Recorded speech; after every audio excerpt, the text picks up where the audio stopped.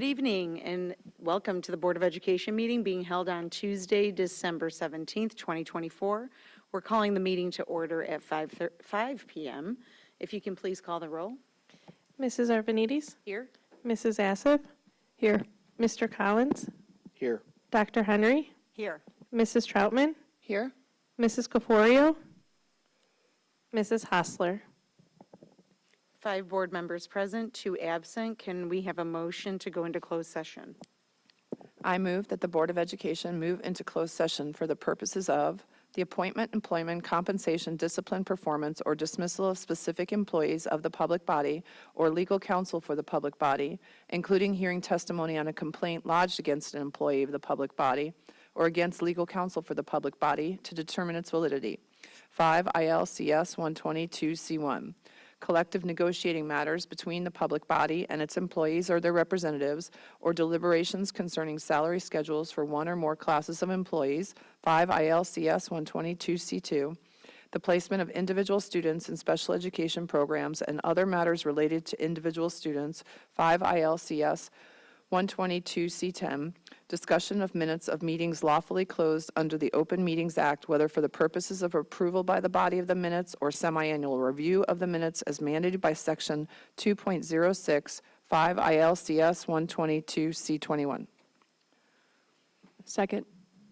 Motion made by Mrs. Troutman, second by Ms. Assef. Can we please call the vote? Mrs. Troutman? Yes. Mrs. Assif? Yes. Mrs. Caforio? Yes. Dr. Henry? Yes. Mr. Collins?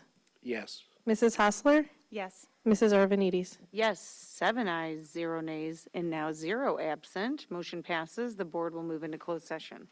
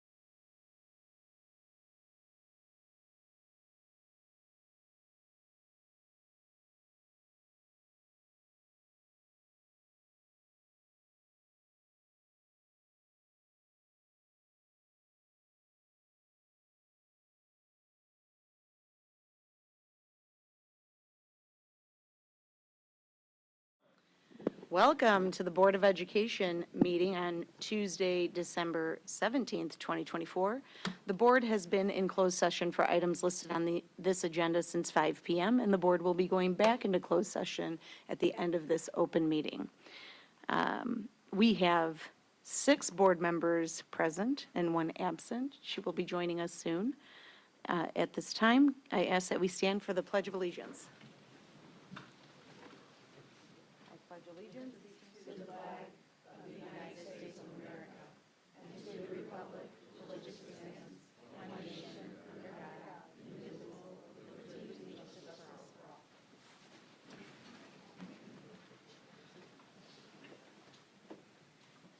all. Okay, we'll start with our spotlights and recognition. Let me make sure I have my things up here. Yes, we are. Spotlight and recognition, a wonderful moment where we get to recognize students, staff, and schools in our large district. If we can start with the State Girls Cross Country recognition. If you're here for State Girls Cross Country, come on up, stand in the center.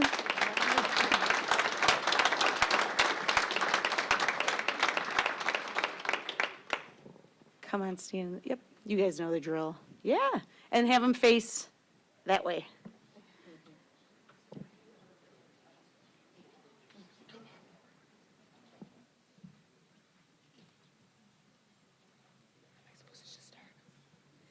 Introduce them all.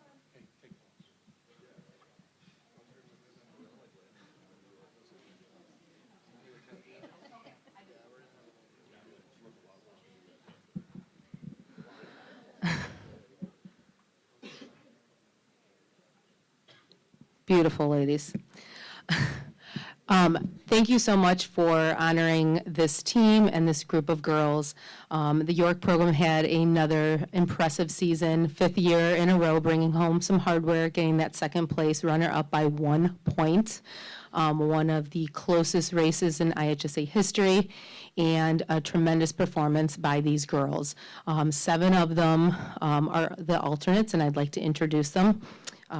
And you guys can kind of just raise your hand. Amelia Crotty, Kyla O'Halloran, Stella Rosso, Paige Byrne, Emma Cardenas, Gigi Hill, and Lily Bianchi. All 7 of them will be returning next year as well, which is very exciting. The 7 girls who ran in the state meet who had such impressive performances, their best race all season, some of them having 45-second PRs, and 1 girl taking that state runner-up finish individually as well. So let's meet the 7 that represented York in that race. Julia Weslow, Sophia Stoddard, Scarlett Moriarty, Lila Stanley, Maggie Quinn, Sophia Galeano Sanchez-Spoon, and Carlin Janowski. These girls honestly had a tremendous season. They came into the season with some high expectations, and they knew that it was going to be a lot of hard work and dedication, and that's exactly what they did. They dedicated themselves to their team, their family, and really sacrificed a lot to make sure that they had the success they did. I also want to thank the 2 assistant coaches, Coach Jimmy Kolb and Kelly Leonard. Without them, this would definitely not be possible. The 3 of us together work so well and help mentor these girls and lead them, and they kind of take care of the rest by making sure that they are supporting one another, they are trusting in one another, and holding each other accountable. We are so proud of all of you girls. Congratulations once again.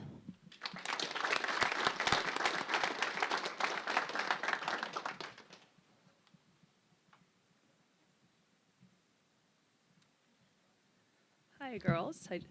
I'm here to present the board proclamation to you, so congratulations on all of your dedication and hard work. We're just really proud of you as a district and as a board. Whereas the York Girls Cross Country team demonstrated extraordinary teamwork, determination, and athletic excellence by earning 2nd place as a team at the Illinois High School Association Class 3A State Meet, achieving recognition as one of the top high school cross-country programs in Illinois. And whereas this remarkable achievement reflects the York Girls Cross Country team's relentless effort, dedication, and collective spirit throughout the season. And whereas the team's journey to the state meet was highlighted by exceptional performances at invitationals, the Elk Grove Regional and Lake Park Sectional, showcasing their talent, resilience, and commitment to success. And whereas the York Girls Cross Country Team, including state meet competitors, has brought great pride and distinction to York Community High School, District 205, and the entire Elmhurst community. Now therefore be it resolved that the Board of Education and Administration of Elmhurst Community Unit School District 205 extend their heartfelt congratulations and gratitude to the York Girls Cross Country Team for their outstanding season and commendable second place finish at the IHSA State Meet. Congratulations. There's two. So there's the individual. We're going to do that one right now, too. Oh, sorry. I'll get that while she's, you can take that picture.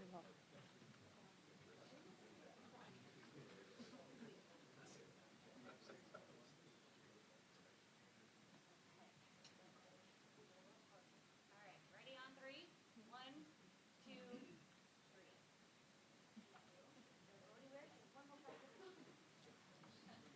3. Sorry, ladies, I thought this was separate. So I also have another proclamation. And it says, whereas York Community High School student athlete Carlin Janowski demonstrated extraordinary athleticism, perseverance, and competitive excellence by earning second place individually at the Illinois High School Association Class 3A State Cross Country Meet, finishing with an impressive time of 16:30.60. And whereas Carlin's outstanding achievement reflects her relentless effort, dedication to her sport, and the hours of training and preparation she has committed throughout the season.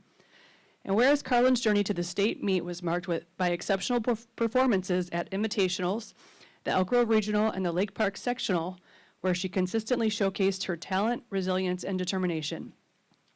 And whereas her remarkable accomplishment has brought immense pride and recognition to York Community High School, Elmhurst Community Unit School District 205, and the entire Elmhurst community. Now therefore be it resolved that the Board of Education and Administration of Elmhurst Community Unit School District 205 extend their heartfelt congratulations to Carlin Janowski for her outstanding individual performance and commend her for representing York High School and the community with distinction, determination, and excellence. Congratulations.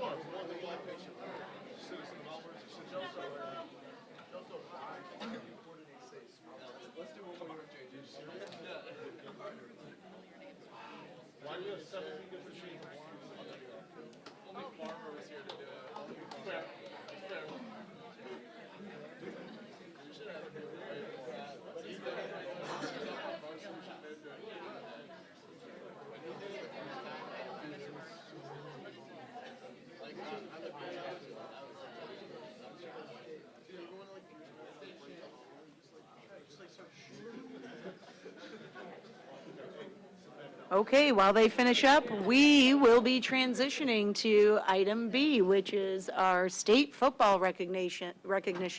If you're here representing our state football team, please come on up and do the same that you just saw the ladies do. Did we plan this, the hair, did we plan it? We planned it? I like it, nice job. I like that.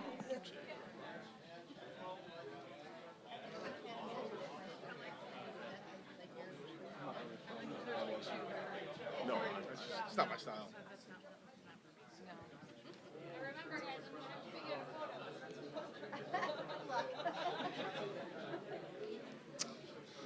All right.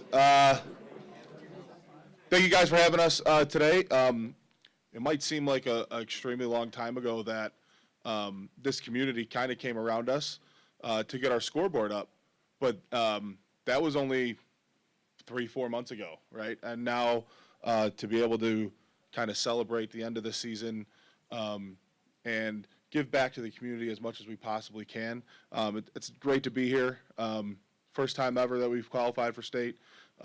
We're extremely proud of these young men, not just for all their accomplishments on the football field, but everything they do off the field to help out this community. And as they go on about their lives, right, some of the best schools in the country coming in to recruit them. Just really proud of every single one of them, and really look forward to see what they do in the future.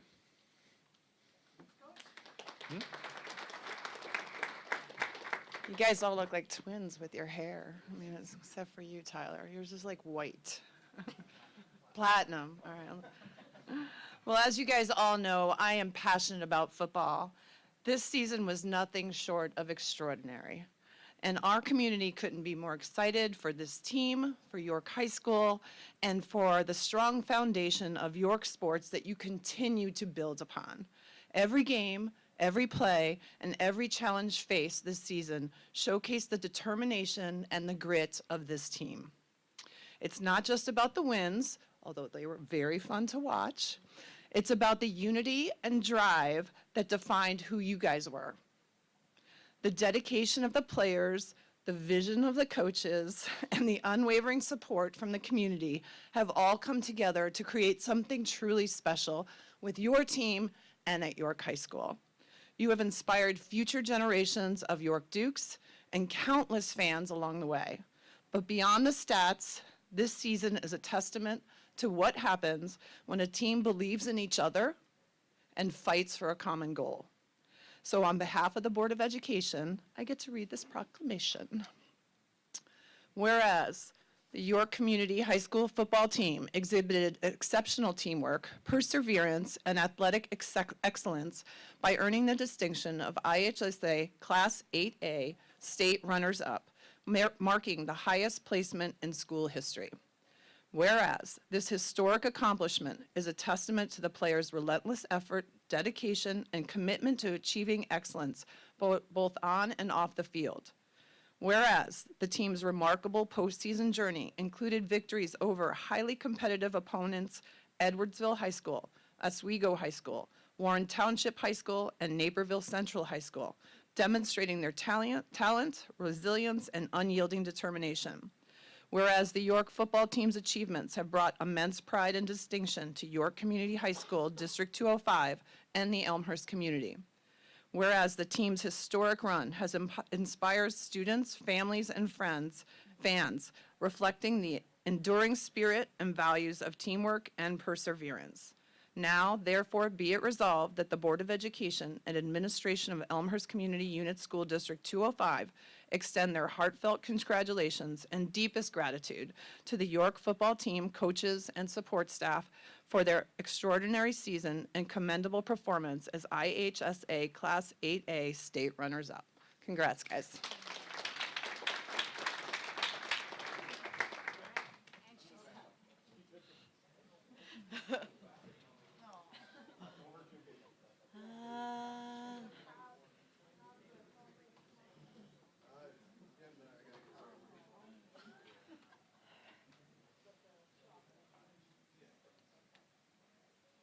All right.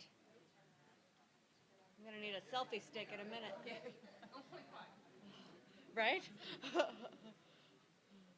All right, I think we're all in there. On three. 1, 2, 3. All right, congratulations. Thank you.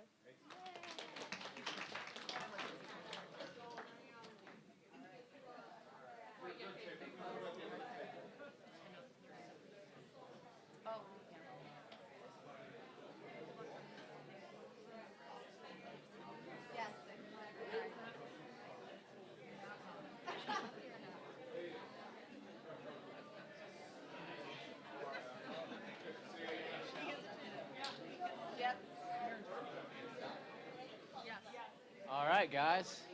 You're in charge. I'm good at this kind of stuff. Oh, thank you. It's for you guys. I'm an intern here. Oh, I think. No problem. How much you get paid? Nothing. You work here? Yeah, for a while now. Thanks for coming. Oh, anyway, thank you so much. Oh, thank you. You gotta come face to face? No, he doesn't get on it. Hey, good boy. Hey, I got in Tennessee. There you go. Arnett. I'll take two. I'm assuming I contributed. I didn't skip you, Joe. You guys know I play football. I didn't go past. So football player, Swan. Take care. Thank you, and a special thank you to the parents of all the athletes who were awarded tonight. Thank you for all the driving and the cheering and the supporting and helping these kids experience something they'll never forget. Congratulations to all of our athletes tonight. We will move on to a different sector of the district here. We are on item C. Emerson Elementary School is here to present their spotlight. Welcome. Thank you.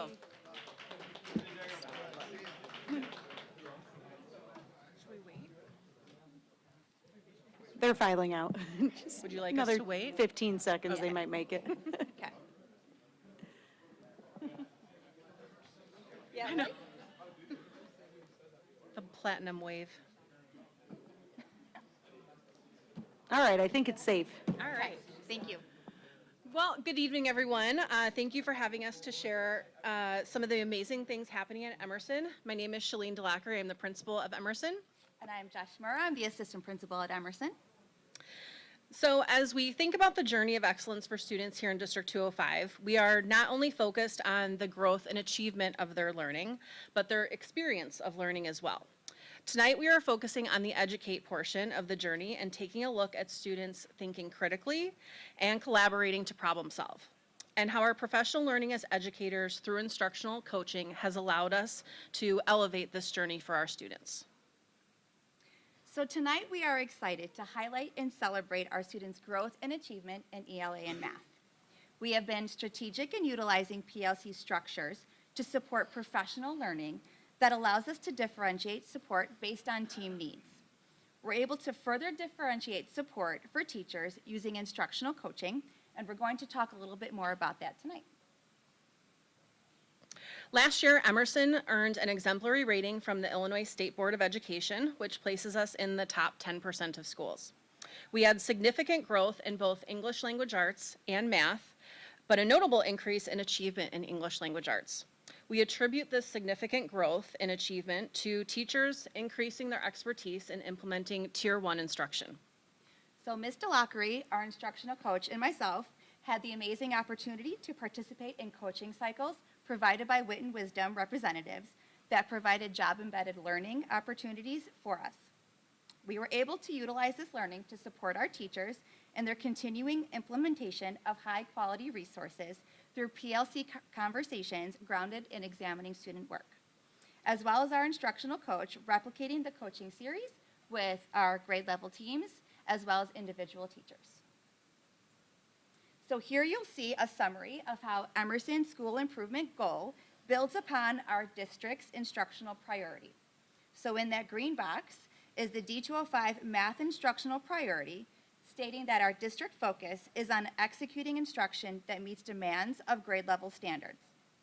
The next graphic, the blue box, shows how Emerson's math instructional priority layers in a review of school-wide data and PLC grade level team goals, with a particular focus on deepening our understanding of conceptual development and increasing student discourse in our math classes.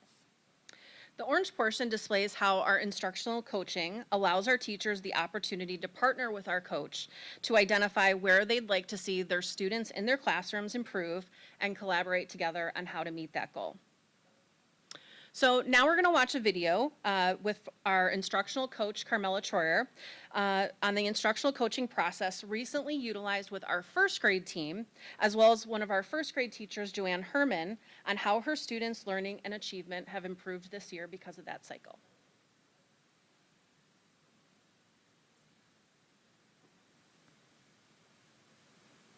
After After participating in district guided observations for math, I began replicating the process of these observations with teachers using the Eureka Implementation Support Tool, also known as the IST.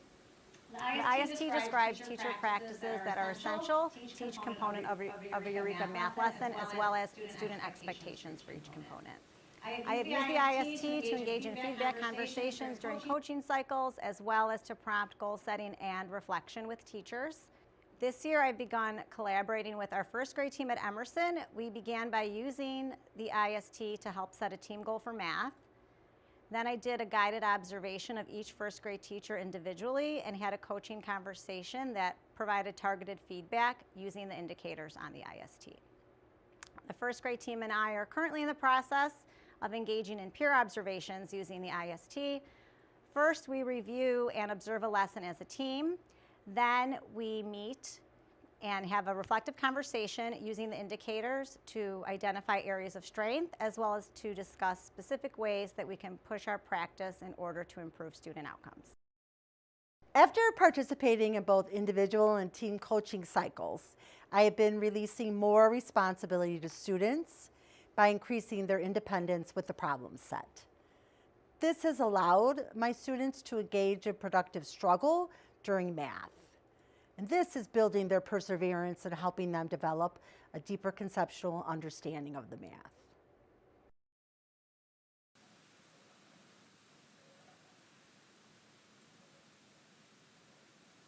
So, thank you so much for allowing us to come in and share our celebrations. We are extremely grateful for our instructional coaches and Mrs. Herman for letting us videotape in their classrooms. And again, thank you for having us tonight.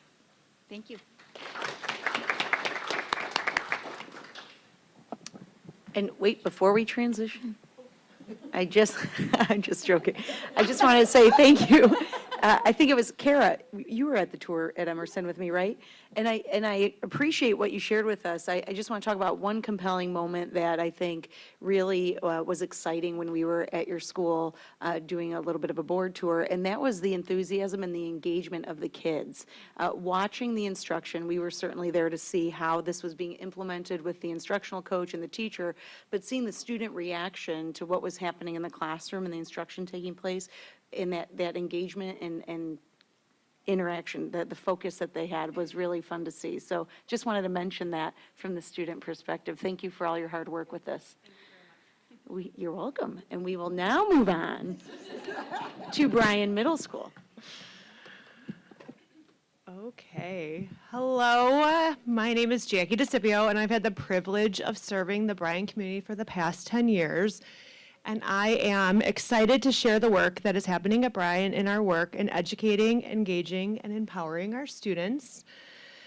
Middle school is a time of overwhelming change, and similarly to our students, our staff is in the midst of a plethora of change. This year, the major focus that we've had has been ensuring that we have high-quality instructional resources. This visual highlights all grade bands, but at the middle school, we have been implementing Amplify ELA, Amplify Science, Illustrative Math, and Inquire Ed for our 6th grade social studies. A major part of our work is supporting this change in addition to a new schedule, which includes daily science and social studies. This summer, as I was planning our school improvement goals and our year ahead, I thought to myself, I certainly know that I can't do this work alone, and I knew that I was going to need to leverage my assistant principal, my core department chair leaders, and instructional coaches to support all our educators with all of this new. The focus of our weekly leadership team meetings throughout the year has been supporting staff with this implementation. This year, our department chairs, with the support of our instructional coaches, have led our building-based department meeting time for our staff, and our focus has been on implementing these new resources with fidelity. Particularly with my math and English department chairs, we've implemented a pop-in system where we briefly and strategically go into classrooms to informally observe instruction. Using the Amplify and Illustrative Math implementation rubric, we pop into classrooms to get a better understanding of where staff is with the implementation progress. We use this pop-in data to help us create future decisions for our building-based professional development. There's a strong partnership and collaboration with our department chairs and Bryan staff, and that same partnership occurs between our building and our learning and teaching team. Two structures that are supporting our leaders and the curricular implementation this year have been our guided observations and our teacher-leader communities. In the following video, my team members will share how we've taken these tools and created some building-based practices.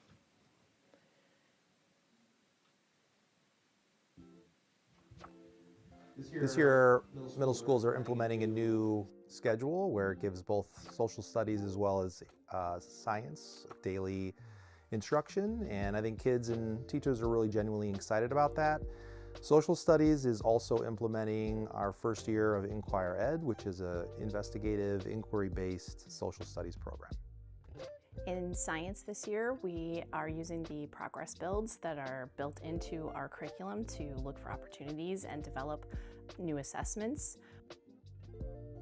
This has been an exciting year for middle school ELA curriculum. We are implementing the Amplify curriculum, and it's been amazing to see teachers collaborate and work together to embrace new texts, new ways of teaching. They're learning from one another, and hopefully we'll be doing some pop-ins with them into classrooms. We've had the opportunity to do pop-ins and watch what they've been able to do with the curriculum and how they've been able to be flexible to meet the learning goals of our students. And behind the scenes, as a leadership team, we are using our department meeting time as well as our late arrival time to support teachers in a variety of ways. One thing we spend a lot of time doing is walking through internalizations of the units, making sure that all teachers understand how the lessons build and what they build to. So we look at the reading assessments at the end, the writing assessments, so that as teachers are implementing the lessons with their students, they have a clear path of the goals for each individual unit.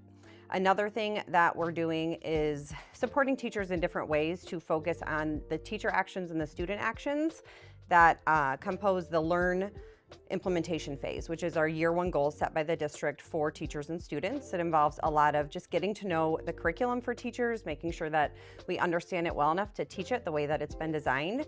Also making sure our students are reading complex texts, using textual evidence, writing about what they're reading, and speaking and listening to their peers. This year at Bryan, we're working on implementing illustrative math. We have departmental math goals that are based on the illustrative math implementation rubric. Based on that rubric, we've developed some look-fors for when we pop into classrooms. This allows us to gather data on our strengths in implementation as well as our areas of opportunity. And those areas of opportunity are what we use in developing departmental professional development. During our late arrivals, we have been implementing ways to encourage problem-solving skills to help students tackle difficult problems. We have also spent time analyzing student work to help promote consistency throughout PLCs.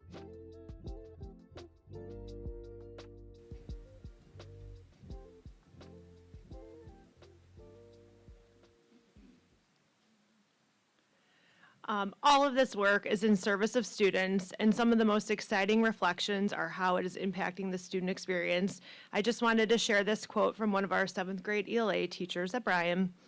Being in classrooms and seeing what students have been able to produce has been powerful. We've witnessed students engaging with rigorous texts, and teachers report that writing stamina is increasing. We are excited to see continued growth from all of our students. And I know that I could not do this work alone, and I'm thankful for the leadership of all of our department chairs at Bryan, but in this year in particular, I'm especially grateful for the combined efforts of my core department chairs and our instructional coaches in this first year of curricular implementation. Thank you.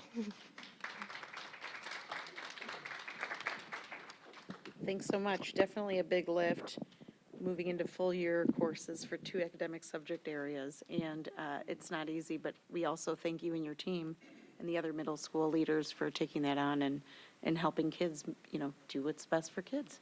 Thanks. Okay, we'll move to item 5 on our agenda. It is the public hearing for the adoption of the 2023 levy certificate. We will now formally declare this hearing open. Chris, can you give us an overview for the item for the hearing? I can, thank you. Good evening. Tonight, we are seeking board approval on the 2024 tax levy. In the presentation, I will explain the tax levy components, differentiate between the levy and the extension, present the proposed levy and its impact, and share the rationale for the proposed levy. So the process for the levy started back in January 2024 when CPI was announced at 3.4%. As you know, the tax cap is the lesser of 5% and CPI. The tax cap limits the extension to 5%. The estimated tax levy will be considered later in tonight's agenda. On December 6th, we published the Truth in Taxation notice in the newspaper. We hold the public hearing tonight at the start of this meeting, and then we seek board approval later on in the agenda. After board approval, we will file a tax levy at both counties on December 20th. This needs to be done by the end of December. At the end of March 2025, DuPage County calculates the final EAV, new construction, and tax extensions.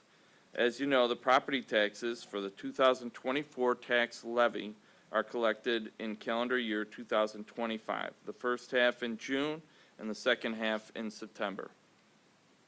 The Property Tax Extension Limitation Act is also known as the tax cap. It limits operating extensions to the lesser of CPI or 5%.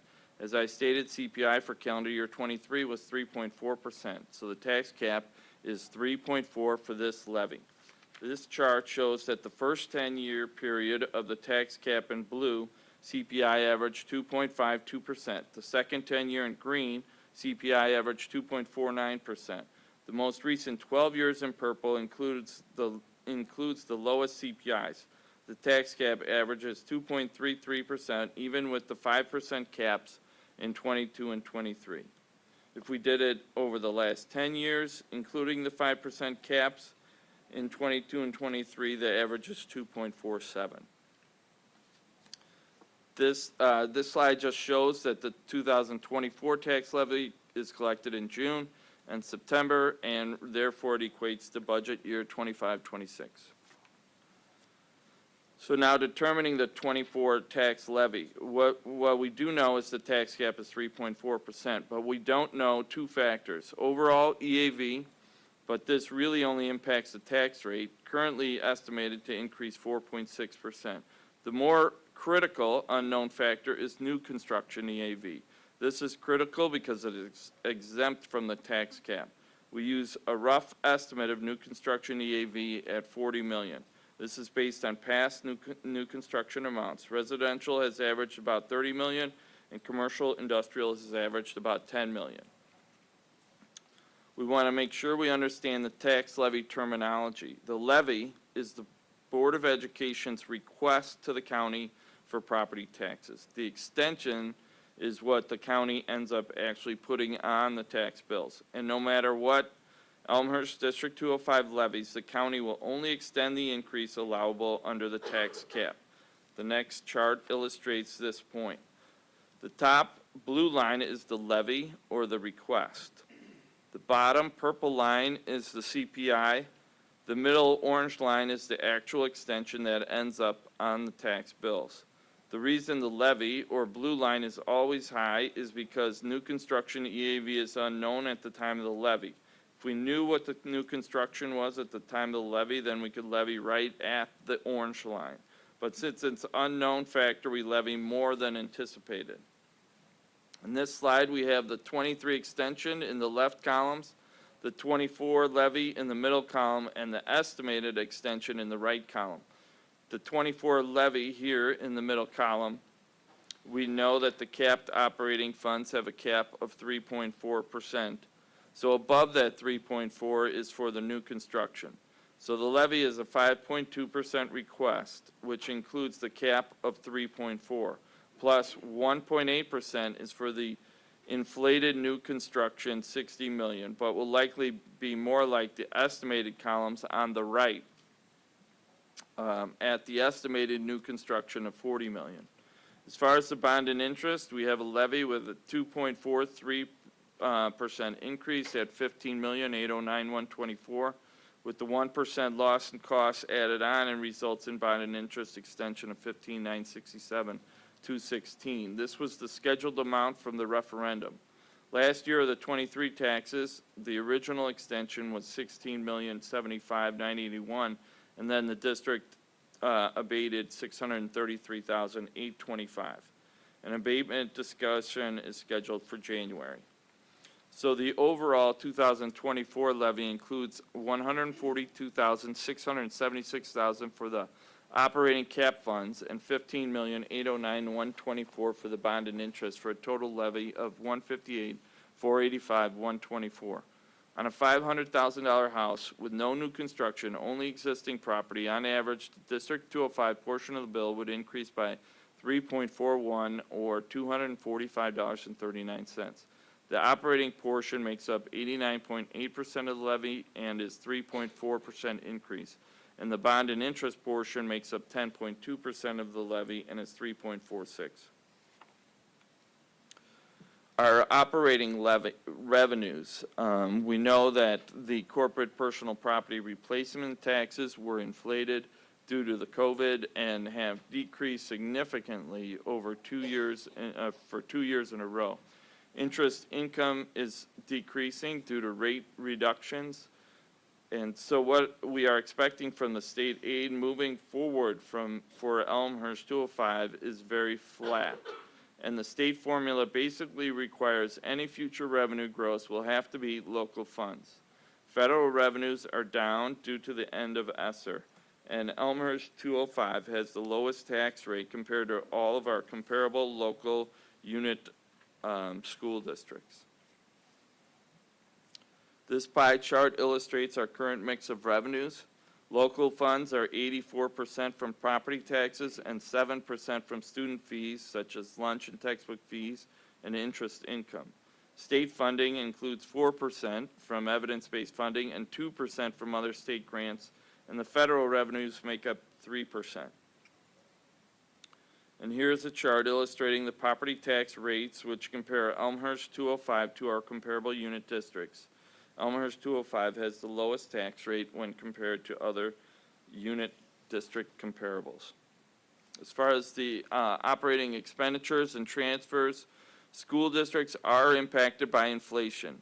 Property taxes are imperative to cover the rising costs required to continue developing and maintaining high-quality community schools and drive student success. Align staffing models to support student growth and achievement, providing adequate services to support the increased diverse learning needs of students. Historic labor shortages have had significant impact on the district's ability to attract and retain staff in various positions. Health claims and medical inflation are resulting in historic premium increases of 36.8% for calendar year 24. Fortunately, with the work of the insurance committee, we were able to get to a 5.1% increase renewal for calendar year 2025. The labor market has resulted in substantial contract increases in purchase services such as busing, nursing, athletic training.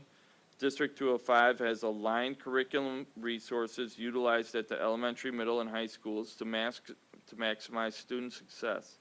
Investments in school buildings and intentional scope expansion utilizing the district's operating reserves. School building investments included the final of 3 transfers of $7 million from the operating funds to the capital projects fund. This pie chart illustrates our mix of revenue expenditures. We have about 69% of our expenditures dedicated to staffing, salaries, and benefits. This percentage is normally higher, but we have a total of $12.79 million in transfers in this budget. As you know, staffing is the largest portion of the budget, and we have already started working on next year's budget to find ways to maximize our resources. We are taking a thorough review of all of our staffing positions to see if we can reduce positions through attrition.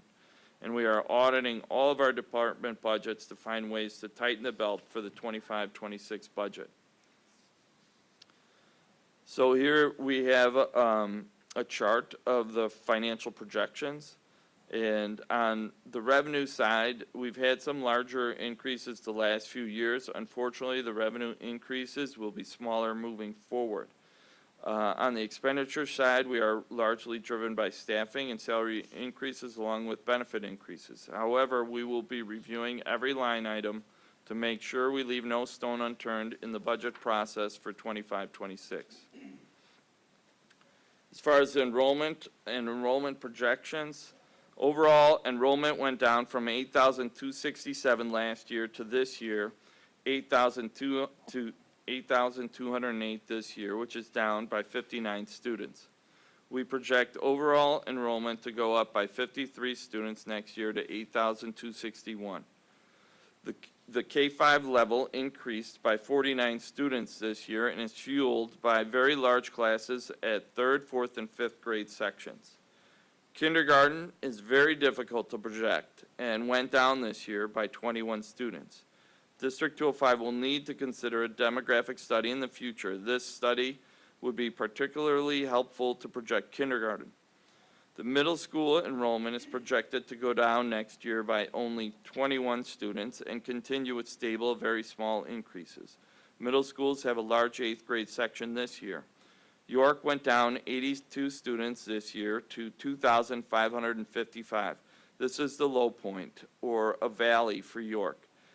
York's enrollment should grow with small increases moving forward, including a projected increase by 44 students next year to 2,599. There is a new requirement that we show the cash balance reserves during that levy hearing.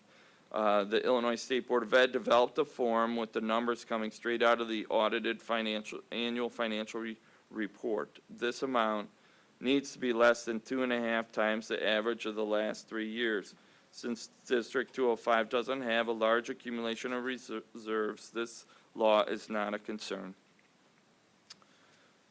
Here we show a few renderings of the renovated Madison Early Childhood Center.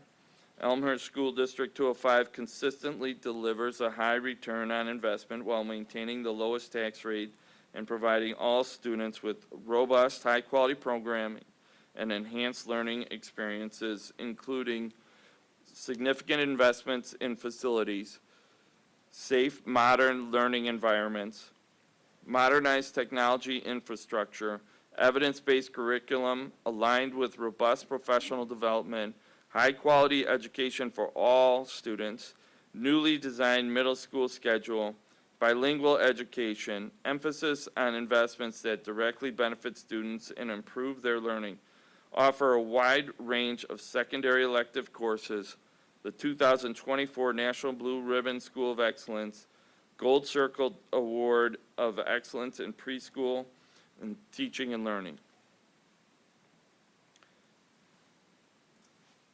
Thank you.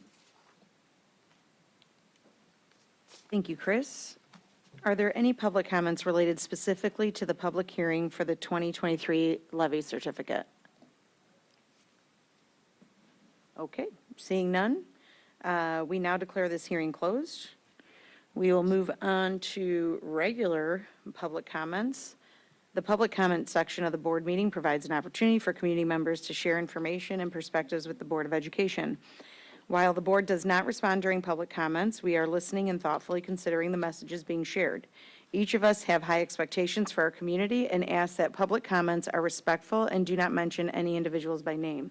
The way in which we publicly engage when sharing differing perspectives is an opportunity to model healthy and respectful discourse for our students and greater community while creating an environment of collaboration and partnership.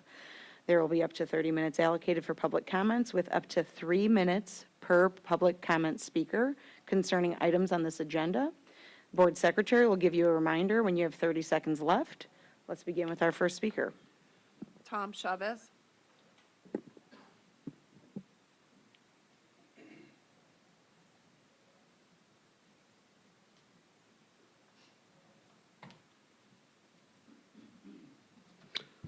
Hi, good evening. It's been said that transparency is the hallmark of good leadership.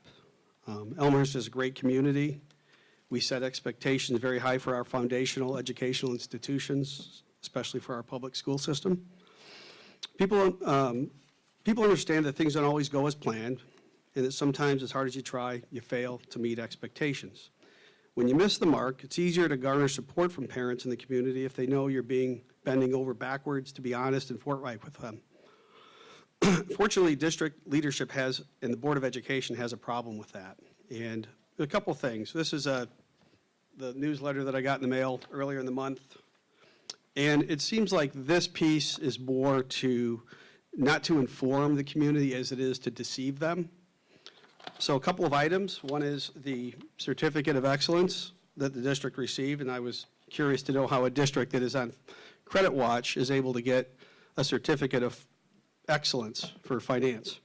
So I emailed the board, I emailed the organization, and I got, up to today, no response from anybody. And so I FOIA'd, and I got a response back that shows that certificate is not so much the district being sought out for excellence as it is sort of a pay-to-play scheme, right? So there's an email from Chris Welton, paid $1,200 for the Certificate of Excellence. So it really doesn't make sense, right? How a district that's out of 851 in the state is receiving excellence in financial stability when we're on Credit Watch. Down there with Dalton, some other low-income, most communities, the other 6 are low-income communities. So this is something, it looks like the FOIA shows that we go back, every year we pay about $1,200 to get a Certificate of Excellence. So it's really quite dishonest. The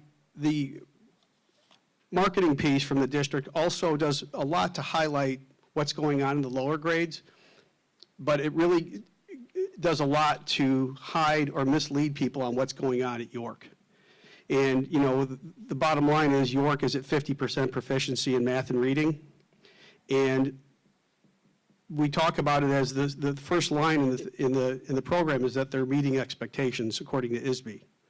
So other than that, there's also, we're talking about district finances tonight. 30 seconds. And we know there's an issue with Mr. Schmidt. I FOIA'd some of the things that we're spending money on, and I found one in particular that caught my eye. EarthCam, since 2019, it looks like we spent over $102,000 on a camera to monitor some of the schools in a football field. So at the end of the day, what I think we need to do before we go out and spend more money or ask the community for money, which all of the board members promised to be good stewards of, they're really good at asking for it, not really good at the stewardship part, is to not raise taxes in the community until we know where all the money and how the money's being spent. Thank you. Is that our only public? Thank you. Thank you to everyone who took the time to voice their concerns, support, or perspectives with the Board of Education. Common practice of the board is to follow up with public commenters after the board meeting as needed. We're moving on to item 7 of the agenda, and that is the approval of board meeting minutes. We're looking at the approval of the board meeting minutes from November 14th, 2024. Are there any changes to those minutes? Seeing none, no changes to the meeting minutes. They stand as presented. And item 2 is the approval of closed session minutes from November 14th, 2024. Those meeting minutes stand as presented. I'm sorry, both of those were from November 19th, 2024. Correction good? Okay. Item 8, reports and presentations. We have our annual audit review up first.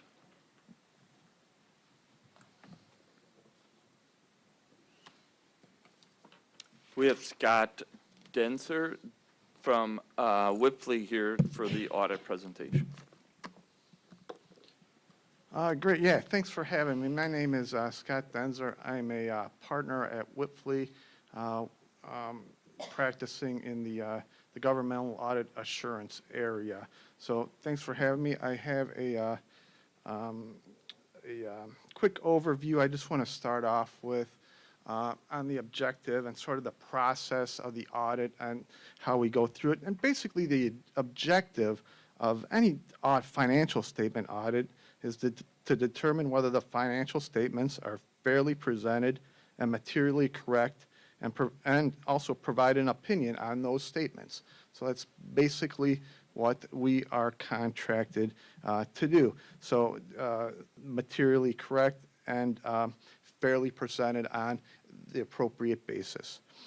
Part of the process, and I broke this down into four steps: planning risk assessment, understanding internal controls, substantive procedures and testing, and then finally the reporting. Planning and risk assessment we can do even before year end. We start auditing the district, we might start in May, June.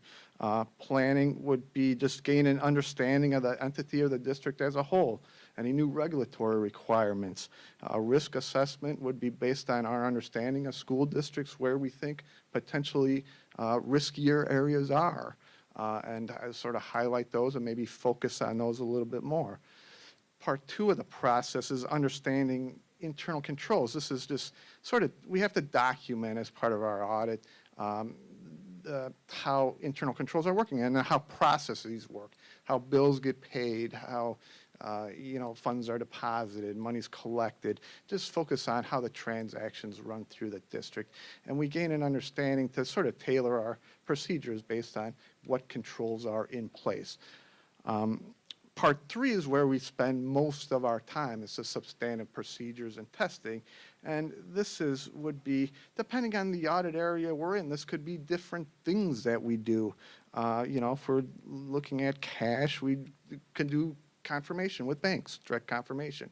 Revenue accounts, we can confirm directly with the county, see how much, or ISB for federal and state money that comes in. For other revenues, expenses, salaries, we might use analytical review, comparing year over year, comparing to FTEs, actuals, the budget, a whole variety of procedures. So it's not one thing we do. It's a whole group of different procedures and processes that we use in performing our audit. And the fourth step is the reporting process, putting together the reports, make sure everything is applicable, the right accounting standards used, all the applicable governmental accounting standards are implemented, and that everything that needs to be in the report is reported in the document.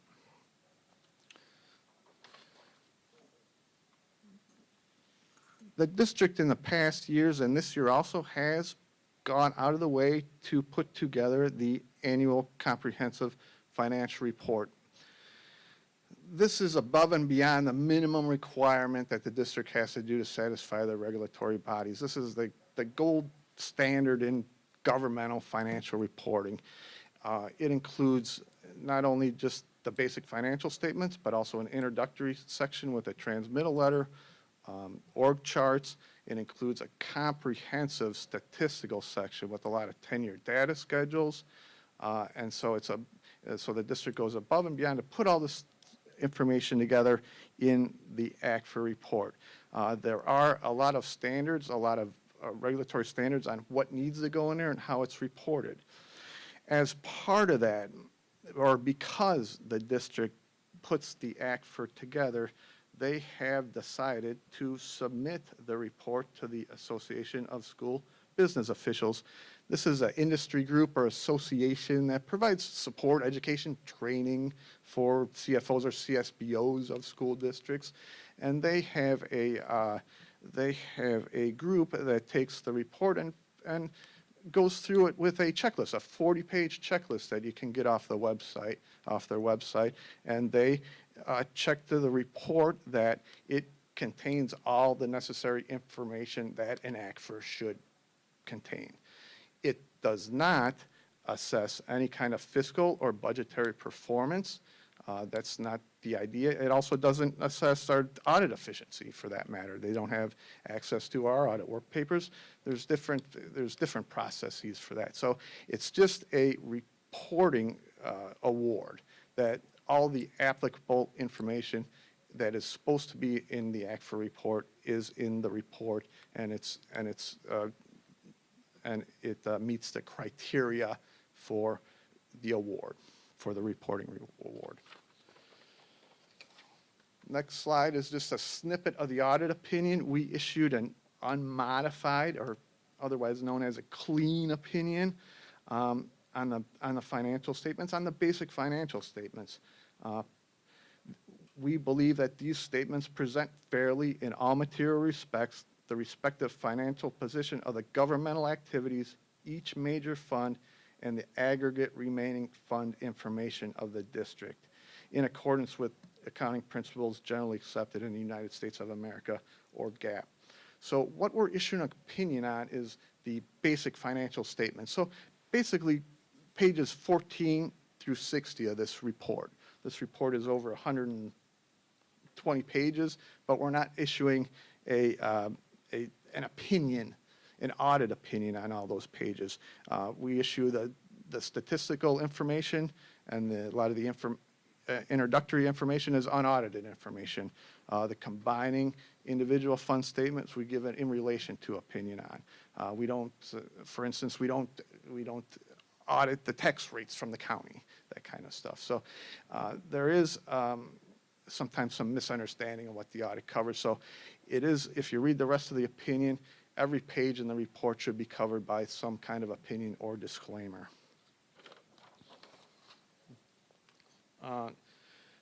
Capital assets, we did, this is a page from the notes of the financial statements. We did have a little bit of a reallocation between land improvements and buildings in the capital assets this year to sort of align a little bit better with the state line items there. I think in the past, or a lot of building improvements went into a general improvement line, and the state sort of wants to sort of break that out just for land improvements, which would be parking lots, flagpoles, fences, that kind of stuff. So we reallocated between them. There wasn't any change in fund balance or equity. There was just sort of a reallocation there. Capital assets went up about $34 million from year over year, and that makes sense because if we look at the capital projects expense, that's about what you had in capital projects expense in the last, for FY24. There has been a lot of capital building improvements. I talked with management of the district. I believe the district is in contract with an appraisal company to sort of come out. It's good practice every once in a while to come out and sort of reassess that and see where you're at after you carried on for a few years. So I believe that'll be available for not for 25, but for 2026. That we'll have an independent appraisal company come out and see how close we are and sort of true up those records after a major building campaign. There is a change in, the district did make a change to their revenue recognition policy for fiscal year 24.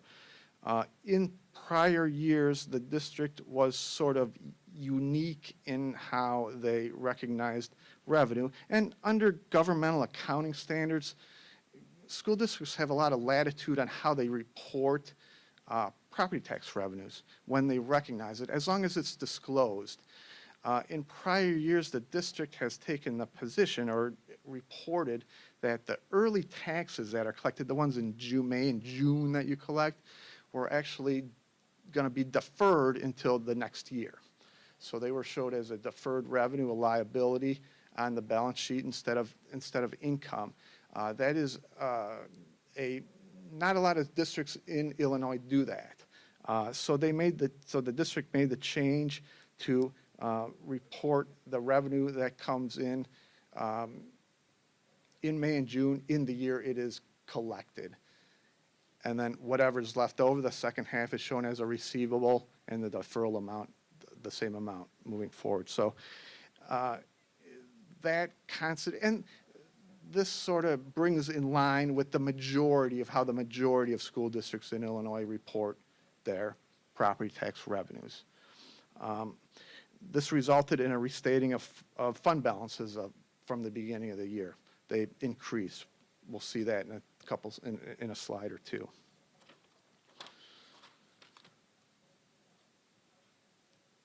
GAAP financial statements include a lot of estimates, especially related to pension benefits, pension liabilities, OPEB liabilities, and another estimate that's run through the actual financial statements of the district is the on-behalf payment.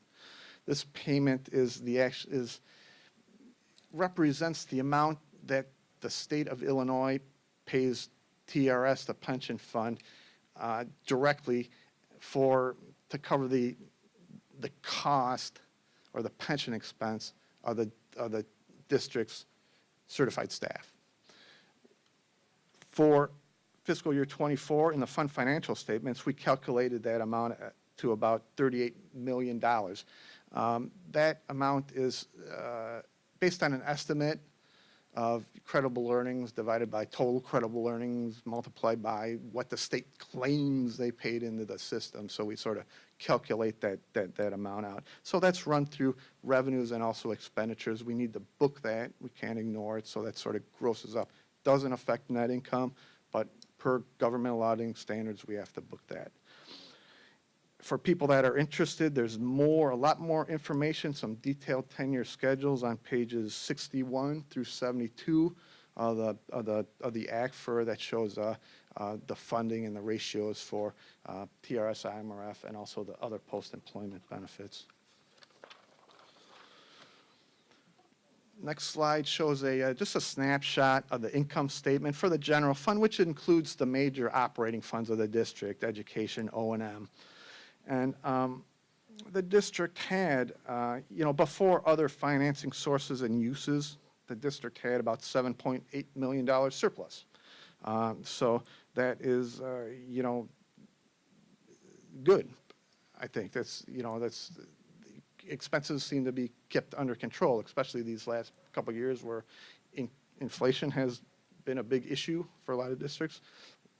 ESSER funding, federal funding is sort of drying up. So to continue to have a net income there before other financing sources uses is excellent.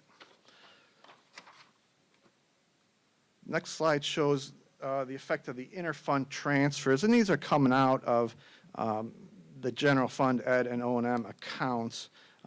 First two, about 1.7 million needs to go by ISB. By their regulations, we need to transfer those monies, about $1.7 million to pay to the debt service fund to pay for leases and other non-bonded debt. And ultimately, about another $11 million came out and went to the capital projects fund to fund ongoing capital projects.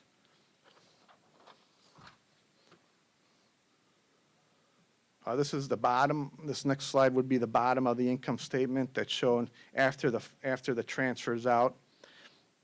The major operating funds, ed and O&M, working cash, had ended up the year with a negative $5 million net income change in fund balance. And this was ultimately after about almost $13 million of transfers out to debt service capital projects funds. The statement also shows you the effect of that change in the revenue recognition policy to sort of bring you up to how other districts reported. As you can see, the beginning of the year fund balance was across these three funds was a negative $5.8 million due to recognizing revenues as the majority of school districts in Illinois does. That increased that fund balance to $54 million,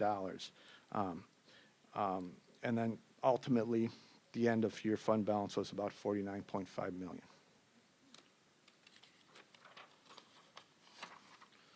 In addition to the ACFR report, there's a few required communication letters that all board members should have.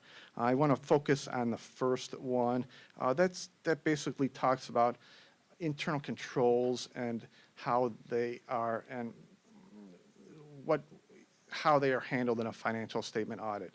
Our financial statement audit is not intended to give any kind of assessment or opinion on how your internal controls on the fidelity or how well they're working. That would be a separate type of engagement to do an in-depth study of that. So like I mentioned before, we use them to plan the audit. We need to gain an understanding of how they're doing, but our financial statement audit does not issue an opinion on the effectiveness of internal controls. That would be a separate type of engagement that a separate team would do. That would come in and give recommendations for risk areas. Final slide is a slide that's out of the ISB regulatory financial statements. ISB requires all districts in Illinois to basically complete the same Excel workbook, financial statements, and out of that, they produce a financial profile score. This was, for FY24, the financial profile score is 3.8, so it's a recognition profile. In prior years, because the district did defer, did the unique revenue recognition where they deferred the early taxes in the prior year, the score was actually at 2.4, which put you in the watch. So ISB does not make any kind of adjustment for that type of thing. So that's why most districts report the way they do. And you weren't comparable then because of the way you reported property taxes. So the financial profile score wasn't comparable to a district that did it another way. So if there's any questions, I'd be glad to try and answer them, or if anybody has questions later, I am available anytime. Sure, we can open it up to the board. Any questions or comments from board members?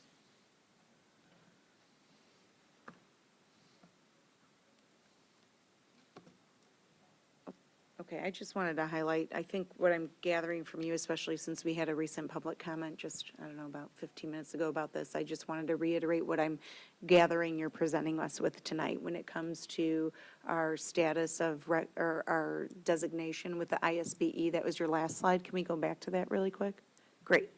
So thanks. So what I'm hearing you tell us and what we've been trying to communicate in full transparency with our community is that that in the past, because we made this decision about 4 years ago to defer our early taxes to post towards the next year's budget, right, that created this reduction in our designation by the way that ISBE measures our financial reporting status, yeah? Correct, because ultimately, when you made that decision 4 years ago, ultimately what happened is overnight, your fund balances decreased by about half your levy, 50% of your levy, they decreased.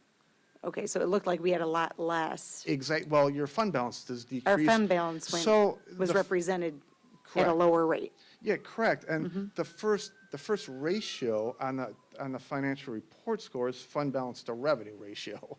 So, and it's one of the most heavily weighted ones also. So that was carrying it. You were in the lowest one. You scored a 1 out of 4. The lowest you could. Yes. Now that it's comparable to how your surrounding districts do it, it's a 4 now. So that brought you up the revenue. Okay, so Now, and let me just say that nothing changed in the way of the result of operation. That cash is still cash. It would have been the same that you had at June 30th last year and this year and this year. It's just when we're recognizing revenues. When we were recognized the taxes, yeah. And so a year ago, the board made that decision to go back to not deferring the tax into the next fiscal year and keeping it when the money actually came in, which is how most districts do that and when it comes to their financial reporting. And that's what's brought us back up to this level of recognition. Correct. And like I mentioned in the presentation, the districts sort of have a wide latitude on how they can recognize property tax revenue, as long as it's disclosed and as long as you don't change it every year. Yeah. So, there's got to be a business decision. I don't think we'll be changing it again. Yes. So, and like I said, now you're reporting on how most of your peers do. Very good. Okay, thank you for that clarification. Anything else from any other board members? No, all right. Thank you so much for presenting tonight. Appreciate it. We will move on to item B, which is the bus transportation report. So this is a report. We don't have any action on busing tonight. The report allows to get feedback from the board and discussion regarding the 2 busing contracts. We do our general transportation with First Student and our special education transportation with Cottage Hill. We are on a we've been doing 1-year extensions with the 2 bus companies. The last 3 years, we've experienced larger increases. 2022-23 was 17%, 23-24 was 12%, and then going into this year was a 9.9%. First Student did present an option for a 1 year, but it was a significant double-digit increase again. But so they would prefer to do a 5-year increase. A 5-year contract or a 5-year extension that would allow for them to spread the cost of buses and would allow them to do more closer to a 5 or 6% increase each year if they can get some stability by doing it over 5 years. So in the report that I've provided, there are 3 options. They are just spread in different ways, not too much different. The lowest one is option 2, which has a 6.15% in the first year and then 5% in the next 4 years after that, 5% annual increases each year thereafter. The bus companies have been experiencing a lot of pressure as far as trying to attract drivers and retain drivers. I talked about the equipment costs are extensive, $120,000 approximately per bus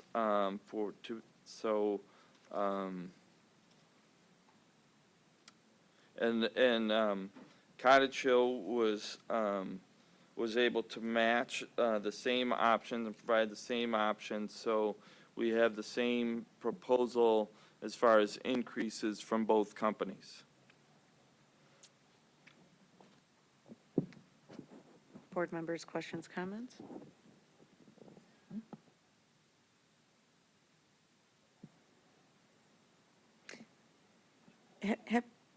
Go ahead. And maybe I'm just not, like, looking at this. How is option 2 the lowest in each when it's costing us the most? I mean, not the least. Right, like the annual change. Right, I mean.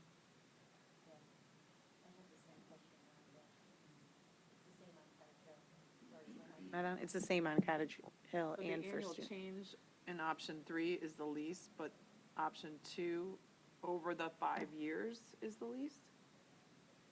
I believe that's correct, Chris.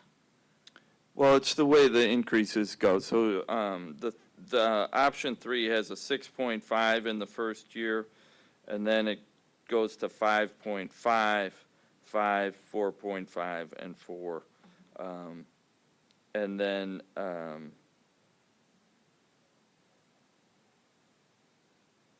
So the annual change is narrower, so it's consistent. It's more consistent year to year with the 6.1 up front.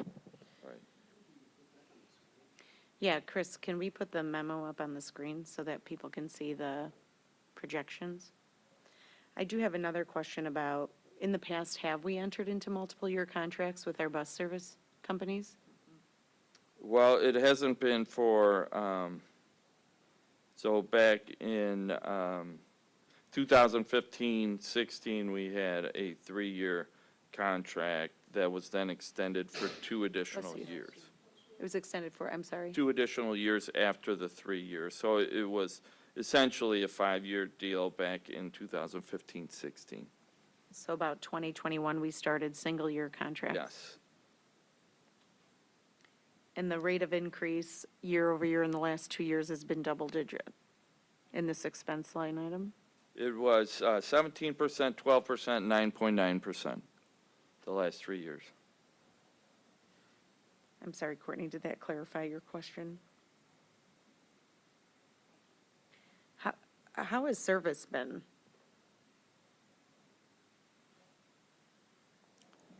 So they are very responsive, both bus companies. We haven't had really any complaints at all ever with Cottage Hill. Very, very responsive. First student, there's always changes with routes and the number of students on buses, and so there's always an adjustment period at the beginning of the year.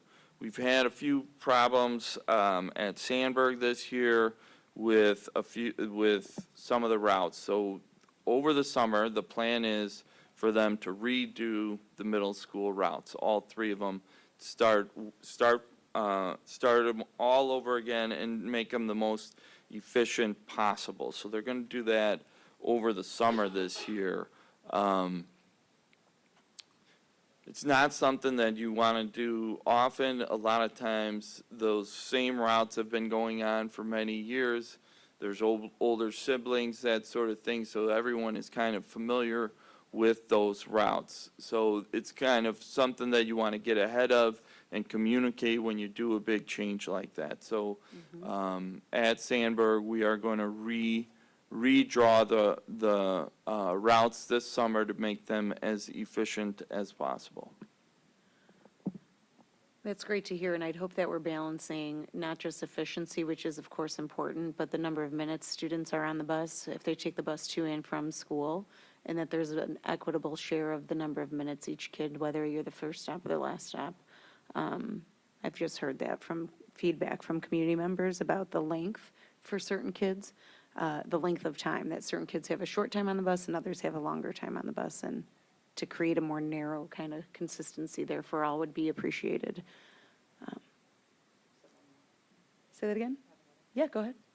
So did we add in, if my recollection, kind of a tiered layer of kind of if things are going bad, like we were going to take action against the bus company? We do have that ability in the contract, and I put it in the memo so that you could see what was added, the performance parts of the first student contract. But we really haven't, most of the problems that we run into are a bus breaks down or a bus is in an accident, a bus breaks down. Those trains, those type of things aren't things that you're going to penalize the bus company for, trains or that sort of thing. You're going to, it's more for when they can't provide drivers for a period of time, or substitute drivers, that sort of thing. Yeah, I was just curious how often we had to turn to that provision in the contract in this last year. We really haven't penalized them. It's more we've been trying to work with them on trying to resolve the problems that come up with drivers, that sort of thing. And they really haven't had shortages. They started the year fully staffed, and just, they have substitutes that fill in when drivers call off due to sickness or illness or that sort of thing. And will those provisions stay in the contract moving forward? Yes.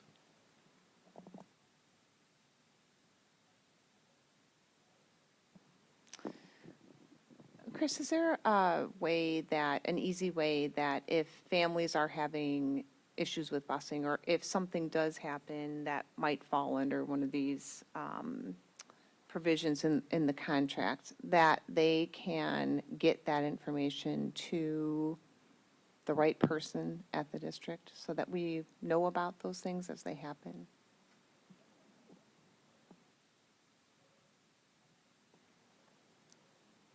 So the question is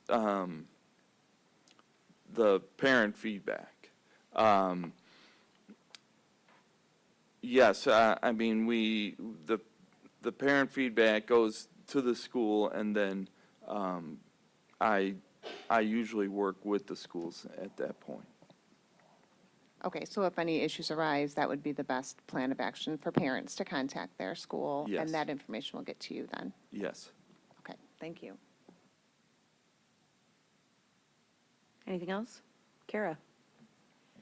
Just kind of a question about busing in general. You know, this is an expense, obviously significant, you know, $5 to $6 to $7 million per year. And we're required by law to have busing, and we still have to run buses even if we have 2 students on them. Is that correct? Like, we just have to always provide busing, no matter what the usage by our community. Yes. Okay, all right. That was it. Anything else from the board? Bless you. A lot of sneezing. You'd think it's sneeze season. Okay. Looks like, thank you. We're ready to move on. Item C under reports and presentations is the D205 strategic dashboard update. Good evening. Thank you for allowing me to share some updates to the strategic dashboard with you. On March 21st, 2023, the strategic planning dashboard for District 205 was launched with the purpose of sharing detailed updates on progress monitoring of objectives and strategies for each priority area, as well as updates on indicator metrics, definitions, and additional information for each. Following a thorough review of the dashboard, it was determined that the information could be updated to better reflect annual monitoring of the most critical and active components of our strategic plan, including the metrics aligned with the strategic priorities and clearer details on the objectives and actions which are being taken to achieve these goals and objectives. My presentation tonight will take you through the updates that have been made to the dashboard, as well as share the plans for how we will continue to update the metrics in alignment with the data updates and presentations shared at board meetings. A strategic plan is essential for guiding continuous improvement and enhancing student success. It brings together parents, community members, and educators with a shared focus on students and a collective excitement about the future. The D205 dashboard metrics are directly aligned with the district-wide priority objectives set at the beginning of each year in alignment with our strategic plan. As a reminder, these are the objectives that have been set for the current school year. As you look at the updated dashboard, which can be viewed by visiting our website, you will notice that it is now directly reflective, both graphically as well as the metrics, with our strategic plan. Our color coordination of each strategy priority area and the corresponding icons to ensure viewers are able to connect back to each area easily. The homepage of our dashboard has been updated to clearly outline the purpose of the dashboard and to clearly communicate the components of the strategic plan, our mission, vision, and values, and the current year's district-wide priority objectives. Listed here are some of the improvements that were made to the indicator section of the dashboard. As I mentioned, our metrics and critical indicators are directly aligned to ensure that we are reporting on the metrics that we are monitoring and reporting to the board, the state, and our community. Also, new to the indicators is a section on district characteristics, sharing details of who we are and who we serve. In addition to the visual alignment, the indicators portion of the dashboard have been updated to provide easier navigation and are now color-coded by priority area, separating sections to easily call out our EC8 and 912 grades data, as well as our finance and human resources. As you move through the indicators, you'll now also be able to click on the I next to each of them to see an in-depth definition to aid understanding of what the measure reflects, as well as the source of the data when available. We have also standardized the number of years of historical data across all indicators to 4 years, which you can access by clicking on the View Data icon. Where applicable, we have also provided a comparison between district and state data. Moving to the strategy section of the dashboard, you may recall that previously we had information on all strategies aligned to the strategic plan, which was a little bit overwhelming.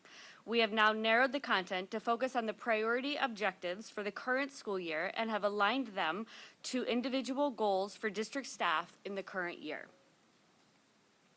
Our team will be continuously updating the strategy page with the progress on actions and objectives. Additionally, the indicators will be updated in alignment with the board presentations, the release of state data, and other updates as they become available. Now, I'm going to quickly jump to the website, show you where you can access the dashboard, and take you through a couple of the changes that I just spoke about.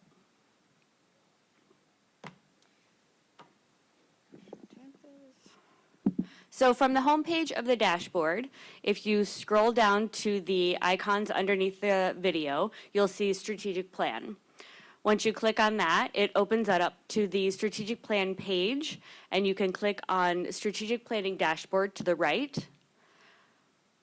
That takes you to the home page of the strategic plan, the strategic dashboard, where you can again read more about our strategic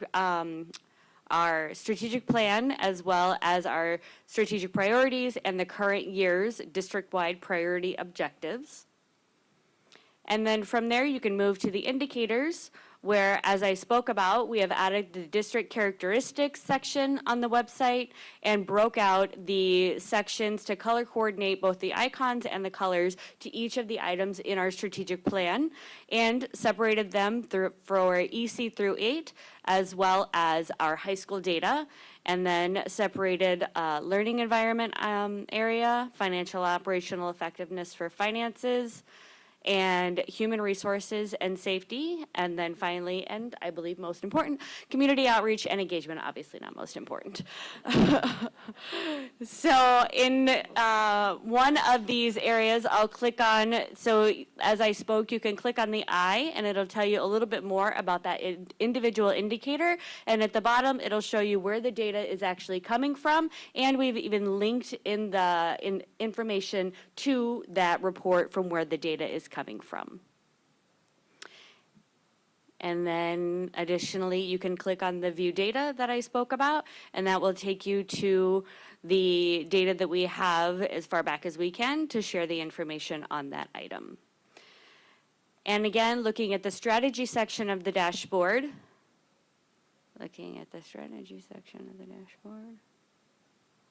wait for it. So it's directly aligned to individual work that is being done throughout the district and as a whole in our departments to tie directly to the current year's work that is being done on the priority year's objectives. So you can click on those, and we will continue to update this.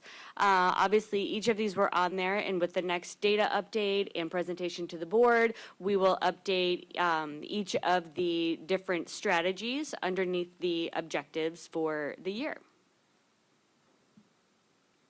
Are there any questions? I just want to reiterate and highlight a couple of things. First, I want to thank Dr. Jacob Wirtz, who worked to ensure that our data quality is accurate and pulled from the various sources. There's a lot of work that is done. The district, the Board of Education meets regularly and discuss the updates and the progress that's being made as it relates to our yearly strategic priority objectives, and more specifically, the work that goes behind that in order to meet the intended outcomes. The work that's done on the strategic dashboard is to try to make that information accessible and consumable to the broader public. And so again, just highlighting the fact that all of the indicators that are on the dashboard are indicators that the board regularly monitors, that the administration is responsible for providing updates on, as well as coupled with our committee of the whole meetings, where we then take it a step further and provide details behind the action. So I'm really excited about this. We launched the strategic dashboard literally a year after our strategic plan, and now we were able to really make some significant updates to make sure that this dashboard is relevant, accessible, and really easy for our public in our community to consume and to be able to see just a snapshot of the work that is happening here across the district on a daily basis. Thank you. Anything from the board? Kara, do you have one too? So I just think this is a great, just kind of adding on to what you're saying, but, you know, we hear, I mean, we say this, and we also hear from our community to do better. We want to see something better, whatever that is.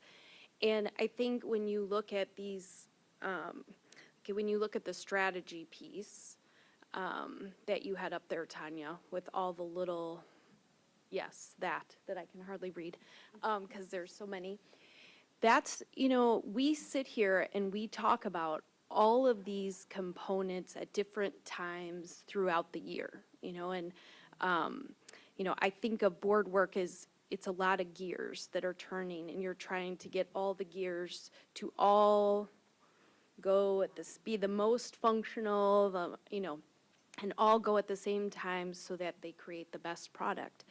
And so this work is, you know, when we say we want to see better student outcomes, it's not just you say that and hope that it happens. It takes intentional first indicators of what you actually want to see, and then also then all these little strategies that are on that pull down are just a part of that work to get that growth or that outcome to happen. And it's in every department, in every subject area, at every level of the organization, whether it's early childhood, elementary, middle school, high school, transition. And so I just think, you know, it's easy to sit to just observe what we talk about and think, oh, well, they're not really doing anything. This is the work that's going on. This is the questions that we're asking of them to, because we want to see the needle move for all students, not just one group of students. And we're seeing it move, some places really dramatically and other places not as fast. And so, you know, then we look at that more in depth. So I think, you know, I really appreciate that this highlights the work that happens here. It highlights the work that's happening every day in the district, and that it's a way that our community can kind of wrap their head around what kind of work it looks like when you say we want a better or a different outcome for something. And this is some of the strategies that are getting us there. So thank you for this, because I know it takes data work and communication work and technology work to all pull together. And, you know, it's very, I mean, that way you can say as a community member or a parent or something, you know, how's that work or what's happening or how, you know, our presentations tonight from schools spoke to some of those items that are on those strategies that, and the schools, I mean, Emerson had great success, right? They focused in on some of these strategies to get the indicator where we wanted it to go as a board. And so I just wanted to highlight that in maybe the everyday language. No, So thank you. I really appreciate you saying that, because I was going to kind of chime in and say, we are seeing the work even through the presentations at the school level, and as well as what we're observing in classrooms. And I think that the key word when the Board of Education charged the superintendent and the administration around a strategic plan, the key word was around alignment.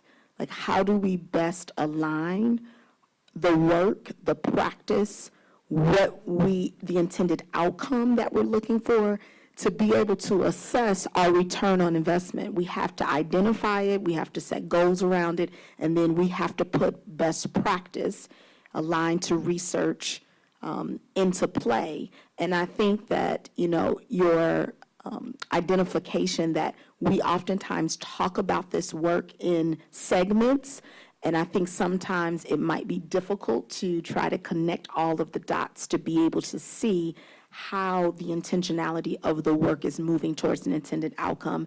And this tool, I think, really helps make that work accessible to our community. Thank you. Beth? I just wanted to say, yeah, it's a great tool for just bringing the community along with us in the work of the strategic plan that they were so pivotal in creating, because we had so much community engagement and, talking to our stakeholders and involving them in the process of creating the strategic plan, and then continuing to bring them along. It is hard to portray all of the work that's being done. And I know we do it in so many different ways. We talk at the board table. We have schools come and present. Schools talk to their parents within the buildings. We have the state of the schools.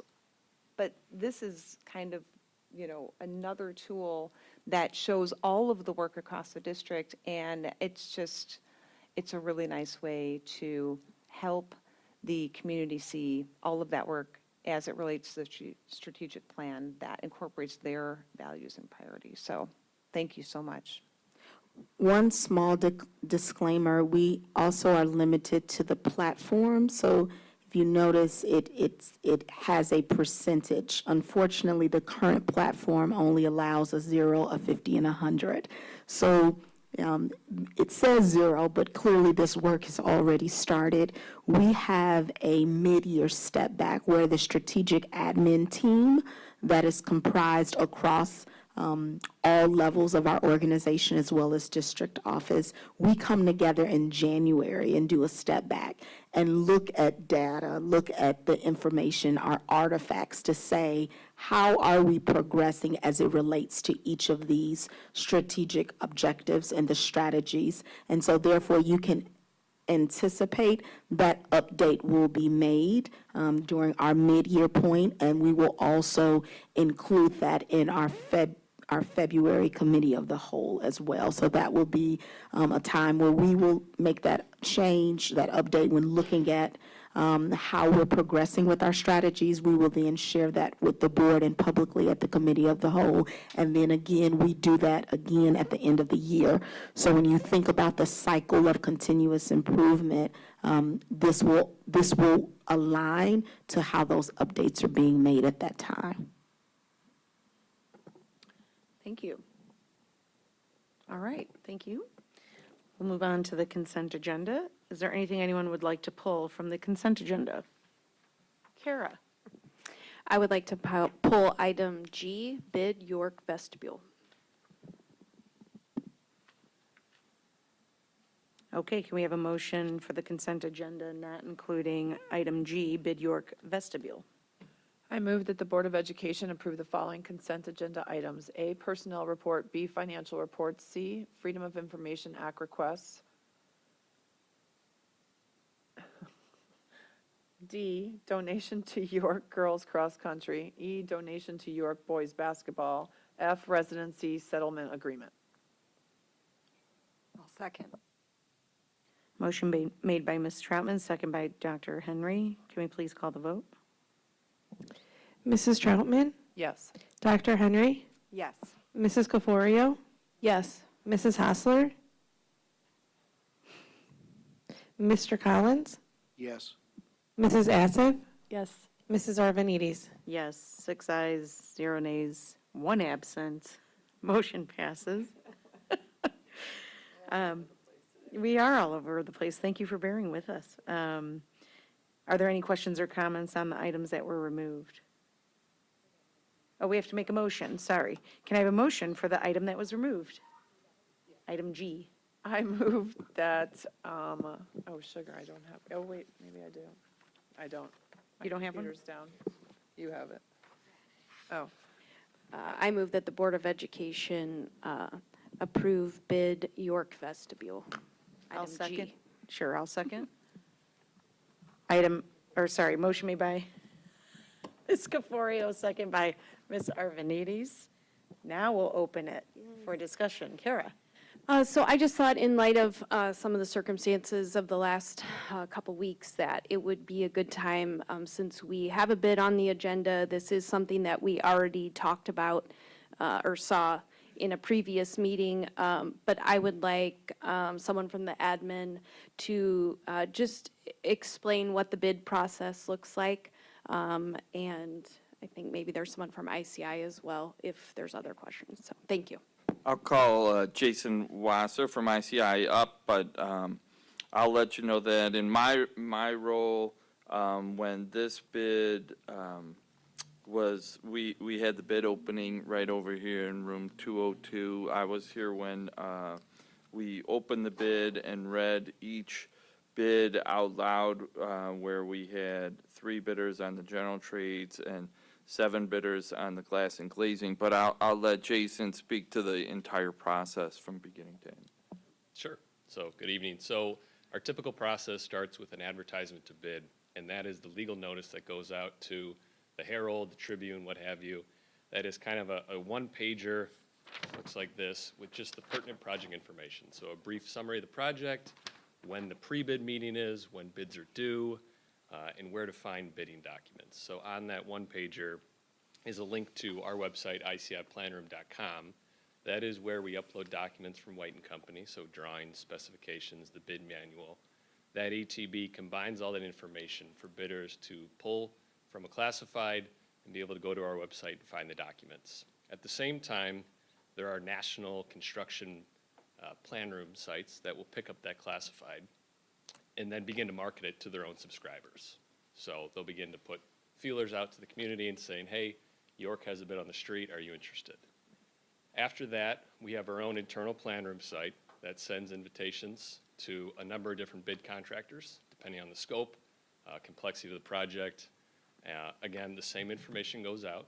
So all the information when the pre-bid is, when the bids are due, where to get the information. So bidders can go on our site, download the drawings, the specifications, and notify us, excuse me, if they intend to bid on the project. So everything is housed in that ICI plan room. That's where the addenda go out. If there are questions for the bid, White & Company or ICI will issue an addendum, goes to every single bidder, and then again, everything is in one spot in the public forum for people to download, review the information, and determine if they'd like to bid on the project. So then what Chris mentioned is we had a bid opening on December 5th, where we sat, we read the bids aloud. He really had great coverage, not a huge project compared to Lincoln Field, some of the other projects we've done in the district. 3 bids, great. 7 is fantastic. So we had a great turnout. After that, we did a scope review, which is where we sit down with the contractors, we review their submitted bid, make sure they have the qualifications to do the work, and ultimately we issue a letter of recommendation, which I have sent to Mr. Welton on the 2 awarded contractors that we would like to see put forward for the project. So hopefully that gives a nice overview of our process, and happy to answer any other questions. Thank you. That was all I was asking. So, appreciate the information. You're welcome.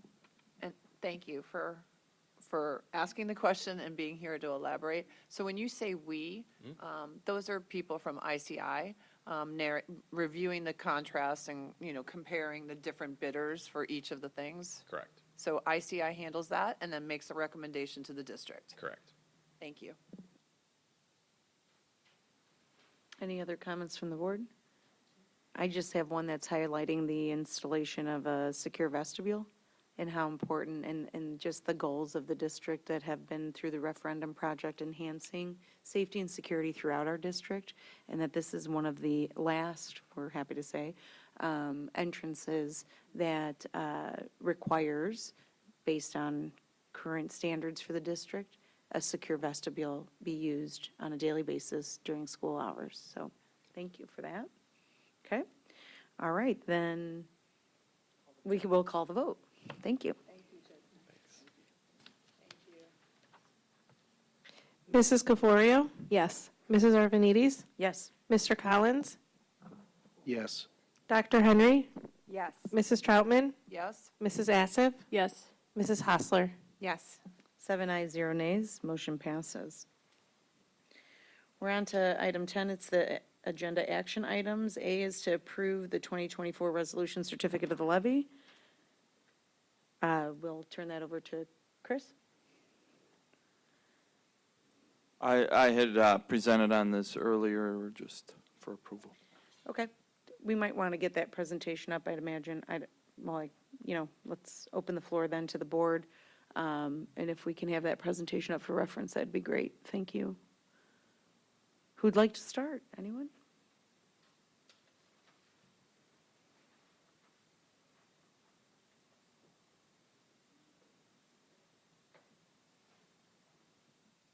Kara, you're just like in the number one seat tonight. You're just there. I just, wanted to say a few words before we vote. Oh, wait. Oh, sorry. Do I have to ask for the motion before? Yes, thank you. Sorry, before we open to the floor, since we've seen the presentation, can we have a motion? I move that the Board of Education approve the resolution of the 2024 certificate of levy. I'll second. Motion made by Ms. Trotman, second by Ms. Hostler. Are there any comments from the board? Kara? So I just wanted to say a couple things. I think, the 8 of us that sit around this table are all Elmhurst taxpayers. And, this is sensitive. It's our own taxes, it's our communities, our friends, my 80-year-old in-laws. And so, I think sometimes, it's just important for the community to know that we really think about this and think about the impact it has. So just to kind of review, so this year, the estimate, and please correct me, Chris, if I'm wrong, is approximately $245 on a $500,000 home. Is that correct?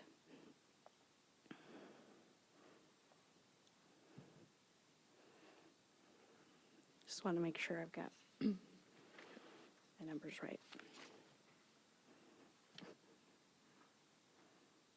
It's what I wrote down as a Okay. note from Chris's Okay. presentation, so I think you're which is right. about $20 a month, directionally correct. So, as a Board of Education, you learn early on that one of your responsibilities is to both educate the students in your district well, but also to make sure that your taxpayers have a good return on investment.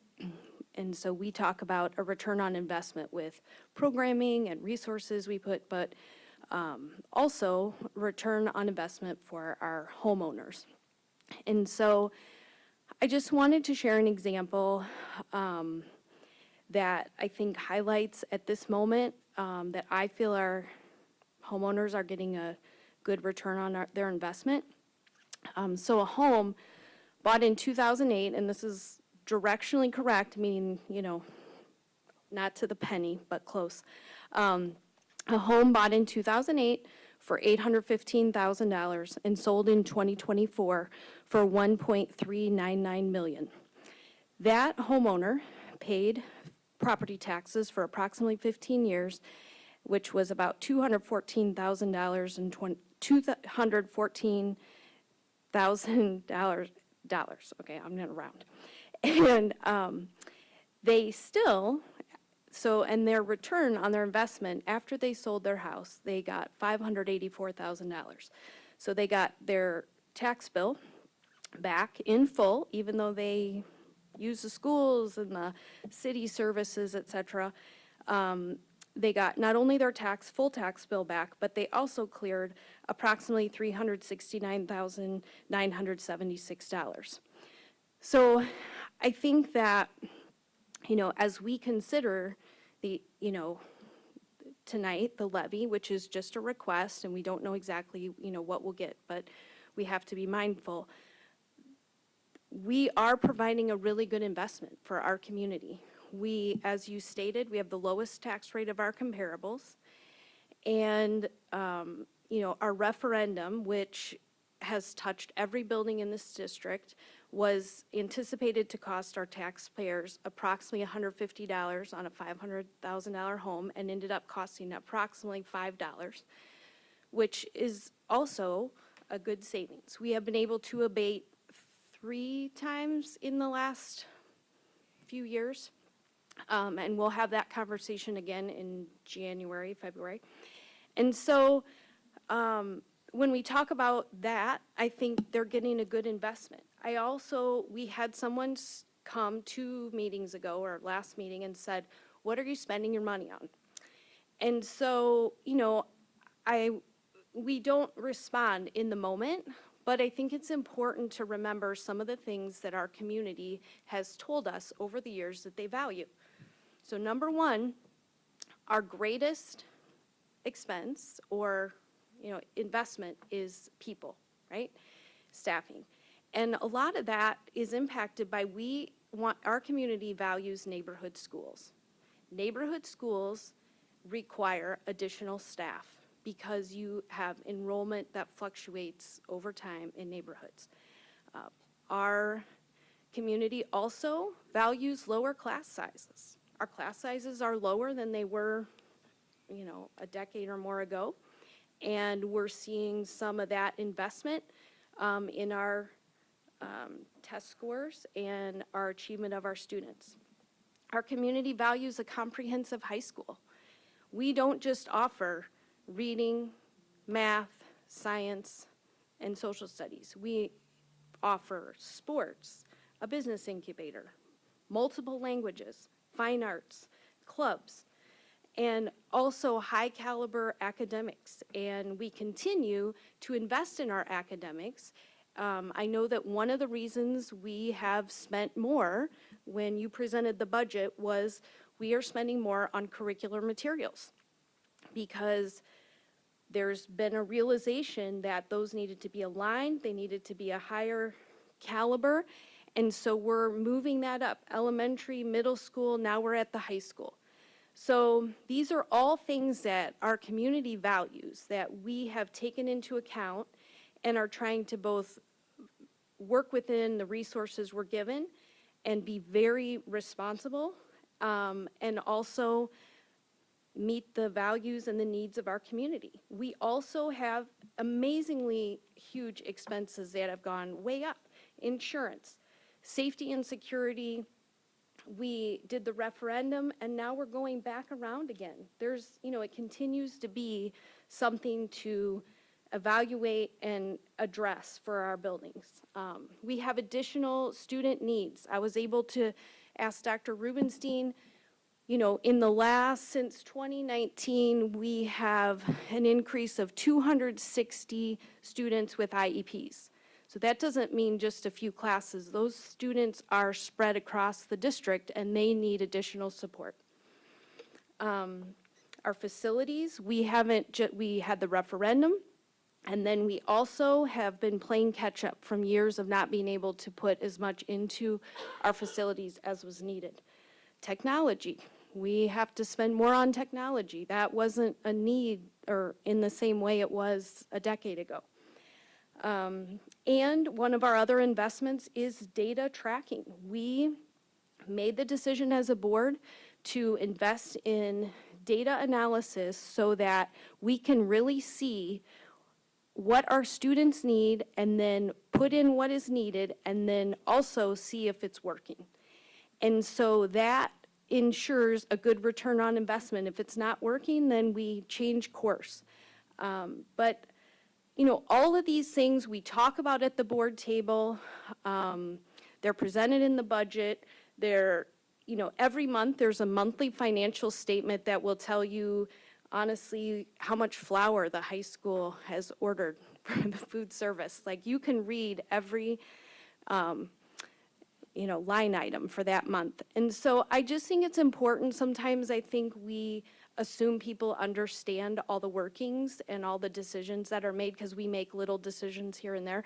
But I wanted to just share some of that information that is what I consider when I come to this vote. And so I wanted to share that with my colleagues and also, with the community as well. Thanks. Thanks, Kara. Beth? Okay, I'm going to overlap a little bit with some of the things that Kara said, but I think that they're so very important. I bring this up every year, but this decision requires us to consider the careful balance of being mindful of the tax impact in dollars for our community members and being sure that we have the funds necessary to fulfill the expectations of those same people, that those same people have for our organization, and that we can meet the needs of all of our students. A couple years ago, we worked with all of our stakeholders to create a working strategic plan so that we could, as a board and administration, examine exactly what those expectations are and what stakeholders most valued for our students, our staff, our facilities. The outcome was a plan with goals, benchmarks, and measurements so that we can assess our progress, chart a path over time to impact all the areas that came up in those focus groups, surveys, interactions, and with stakeholders and all of our data processing that we've been doing. So as a board member who represents this community, I'm confident that the work that we are doing is aligned with the values and priorities of our community and our stakeholders, which in turn means that the spending priorities are also closely aligned with those expectations as well. That's important for me as a taxpayer, as I hope it is for all of our taxpayers. I'd like to know the impact that my tax dollars are having on the organization they're going to, and that investment is making a difference for students, for staff, and for the health of our school district as a whole. Since we created the strategic plan, Dr. Campbell and her team have significantly positively impacted student growth and the student and staff experience. In this slide here, Chris, sorry, I forgot your name for a second. Chris spoke about, the many areas where the work is taking place. I know we talk about these goals all the time and these topics, and so for us, it's like second nature. We know the work, in most cases, that's happening behind in each of those buckets. But I was wondering, Dr. Campbell, if you and your team could just speak to a couple of those topics and give some specific examples of that work and the outcomes. Yes, where do we start? Yeah. Pick a bucket. So let's, speaking of safety, safe modern learning environments, can I have Rudy just speak a little bit to some of the, because I think that bucket overlays with the modernized technology infrastructure. Can you share a little bit about that? I'm going to take safety. You want to take and then safety? I'm going to have Rudy take the technology. Okay.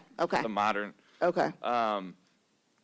So recently, Dr. Campbell did a video with the police chief regarding a lot of the different things related to safety. We had 230 views in just 1 month regarding watching Dr. Campbell speak with Chief McLean.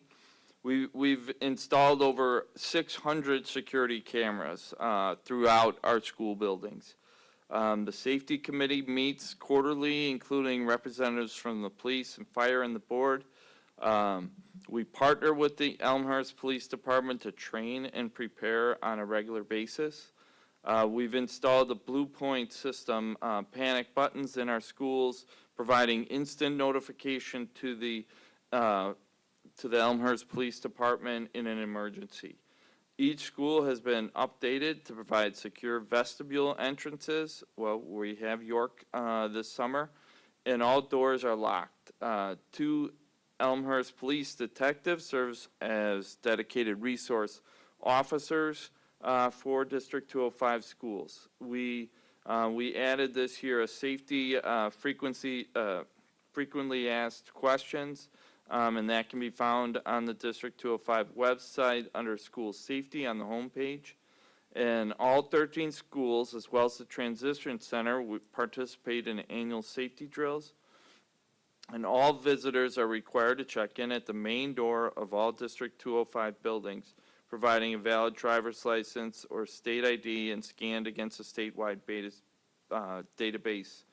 I remember the days when Field's main office was on the 2nd floor in the middle of the building, and visitors would be buzzed in and then kind of wander the hallway in order, before being really vetted.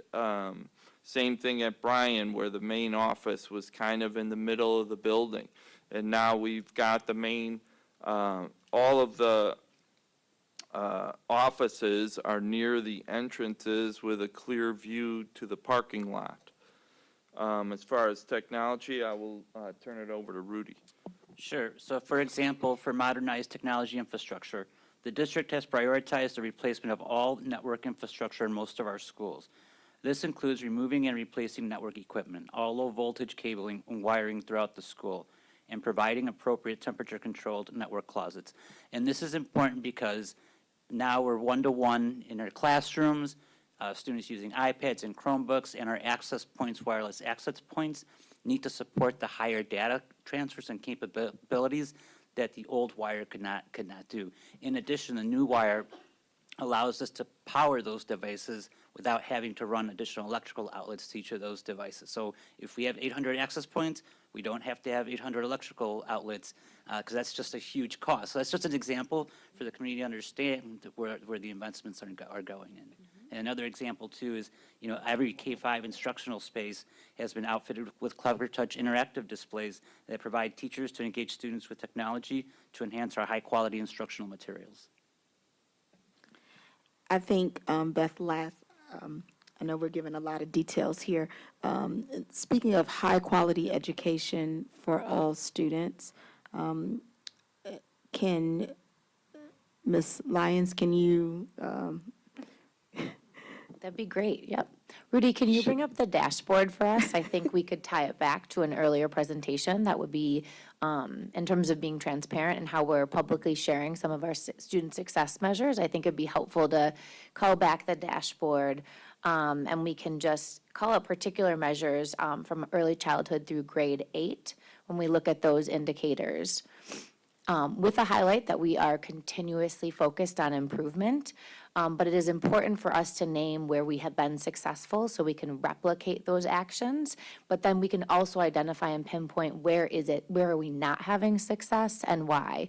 And so when we take a look at some measures that we have called out in even our last board meeting, we've seen a 26% increase in our ELA in grades 3 through 8 on the Illinois Assessment of Readiness since 2021, and we've seen an increase in our math scores by 16%, more students meeting and exceeding IAR benchmarks. And so again, those are partnership efforts we heard from our schools today in terms of that district school partnership. And it also helps us identify again, where are we not seeing that growth? What levers are we not pulling in certain buildings and in certain grade levels? We also take a look at K-2. We know that's not a state measure, but we use our MAP growth reports, and our MAP data helps us triangulate where in K-2 are we growing or not growing.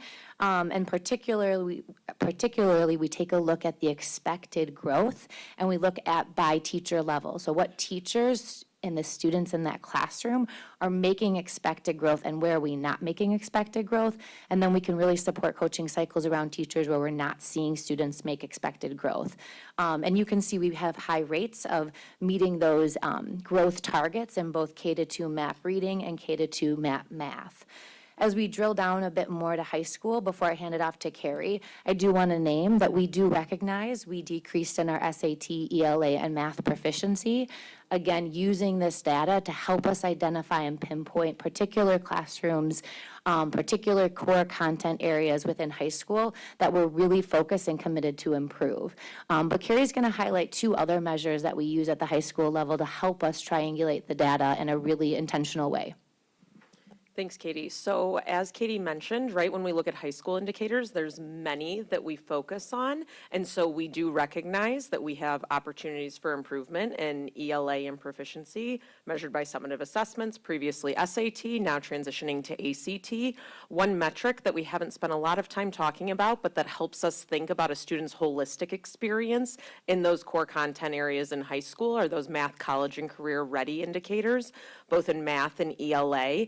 And those highlight, again, Tanya did a great job orienting us to the dashboard. So the I really calls out what the state is looking for as naming it for college and career ready. So that includes courses and also exam scores. And so if students are meeting one of those thresholds, for instance, taking an AP course, so AP literature, right, and earning an A, B, or C in that course, the state has identified that as one metric that they value in showing that you're college and career ready. And so over the last 2 years, this is a fairly new metric for ISB, over the last 2 years, we have seen increases in this. And again, naming that we still are highly focused and intentional on those state assessments and college readiness assessments, but also realizing that we want to expose our students to college level coursework to prepare them over the course of their journey as well. And so looking at that measure holistically.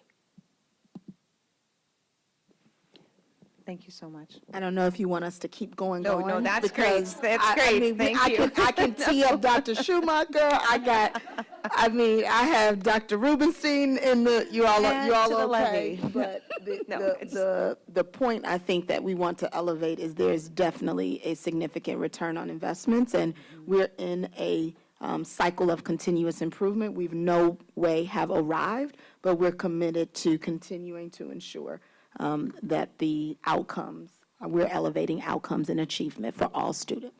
Yeah, and it's important that we, I think it's important that we highlight these things, and the dashboard's going to help our community to be able to see this. And there's obviously more work to be done, as we've highlighted here. But in a pre-K 12 plus transition center district, it's impossible to reach all those goals in this, just a couple of years. So all of this work, starting from square one in our strategic plan, has been arduous and at times costly. We've had to make investments in staff and curriculum, in evaluations of entire academic areas across the district. And my hope is that as time goes on, things will settle a little bit, and our costs will be a little bit more predictable and focused and targeted instead of so widespread as we started our strategic plan. So I do support this tax levy, as we are still in the discovery phase for some of the areas in our strategic plan.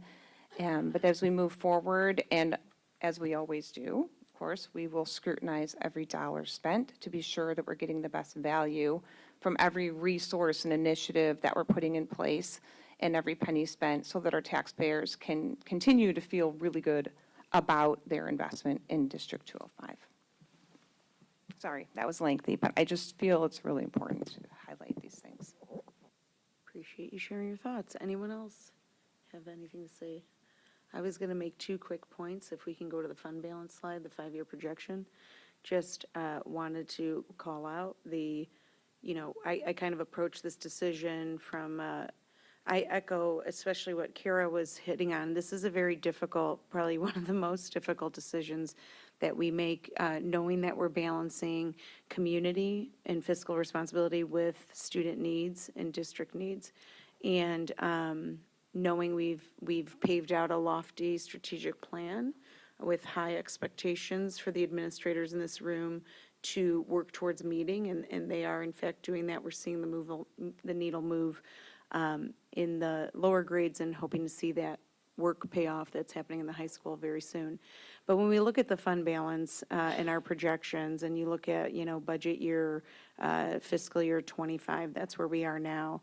And seeing this downward trend in fund balance, that's just one aspect of this decision when I am weighing, the tax cap, the levy, and thinking about, okay, what are, yes, the needs of students in our district in order to meet those high expectations that we've set forth, but also what are the financial goals that we have and expectations that we have and it's to maintain, right, a fiscally healthy organization. And so when we know that we've gone through a period of high spending, this board made decisions years ago to expand scope and sequence, which I thought was the right thing to do. When it came to some of our referendum projects, we made that commitment. And now we're seeing the last payment go out and our fund balance dropping. And we're in a time of having to assess how we're going to maintain a level of financial health for the district. So that's one aspect. And then my next one's shorter. And it's just really around taxpayer relief. And I had this occurrence as I was thinking through this decision coming tonight. And it occurred to me that, typically, at least in my experience on the board, taxpayer relief has been provided to our community by the school district in the form of abatement, which is the conversation that we're going to have next month. We actually, as a board in the last decade, this is prior to me, the board has levied to the cap every year for the last decade. And they do, that decision is done primarily to capture new construction, which we know is on the rise in Elmhurst, has been for a long time and is continuing to escalate. But we're also looking at what Beth was saying, I think a little bit of our own current expenditures and a drastic increase in line items that typically were pretty stable in the past, that are no longer stable. Transportation today was one of those. Health insurance and benefits for staff is another one. So those are two kind of points that I just thought were important to the dialogue and thinking about how past and current board have made this decision and how we've balanced, property tax relief for our community. And so I just wanted to put that out there. Anybody else have anything to add? Okay, so with that, can we please call the vote? Mrs. Troutman? Yes. Mrs. Hostler? Yes. Mrs. Assif? Yes. Mrs. Caforio? Yes. Mr. Collins? Yes. Dr. Henry? Yes. Mrs. Arvanites? Yes, 7 ayes, 0 nays, motion passes. We'll move on to item B of the action agenda item. Sorry, it's PTA fundraising plans for 2024. Is there someone who would like to speak to those? No, the administrator to present.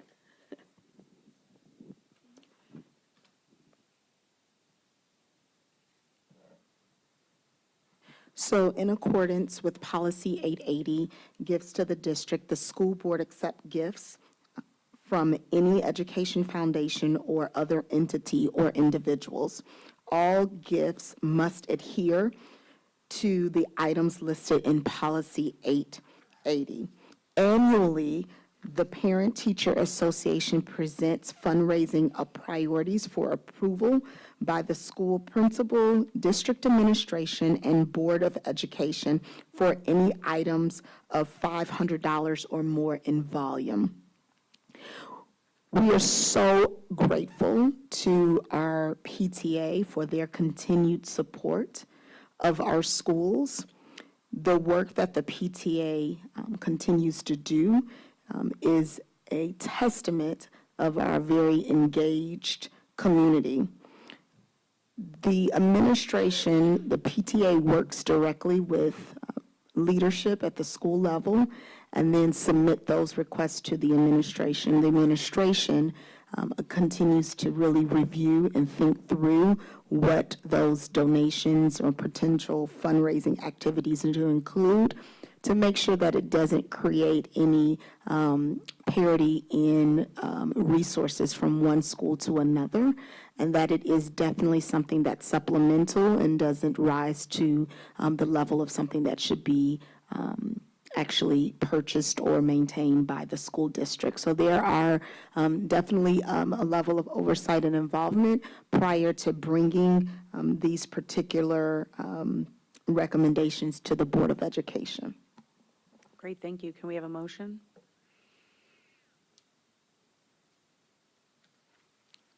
I move that the Board of Education approve the Parent-Teacher Association annual fundraising priorities as presented for 2024-2025. Second. Motion made by Dr. Henry, second by Ms. Caforio. Are there any comments from the board? Okay, I just want to verbalize the appreciation, of course, to the PTA for their support in these projects and programs. Can we please call the vote? Dr. Henry? Yes. Mrs. Caforio? Yes. Mrs. Hostler? Yes. Mr. Collins? Yes. Mrs. Assif? Yes. Mrs. Troutman? Yes. Mrs. Arvanites. Yes, 7 ayes, 0 nays, motion passes. Item 11 is superintendent's communication. We'll go to D205 highlights. The administration would like to share several highlights with the Board of Education and our community. First, I want to kick it over to Dr. Rubenstein to share some updates as it relates to student attendance. Sure, thank you.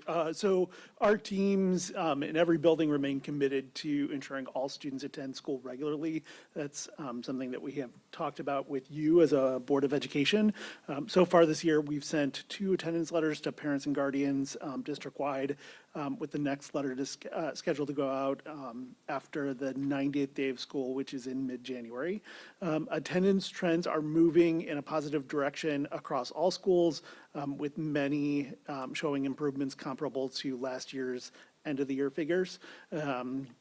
Overall, as of the end of November, the district had achieved an average attendance improvement of around 2% in our schools, which is really great. And that translates to about 150 more students per day attending regularly compared to this time last year. So really exciting work that is going on way behind the scenes related to student attendance, but is really quite important.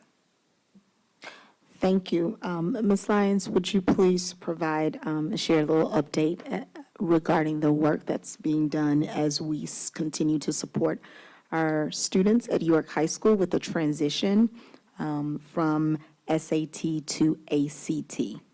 Sure. So something I wanted to highlight, because our registration deadline is coming up this Friday. So a bit of a PSA, if you will bear with me, just so that the community can hear it and we can sort of advertise the important work to support our students as it relates to the ACT.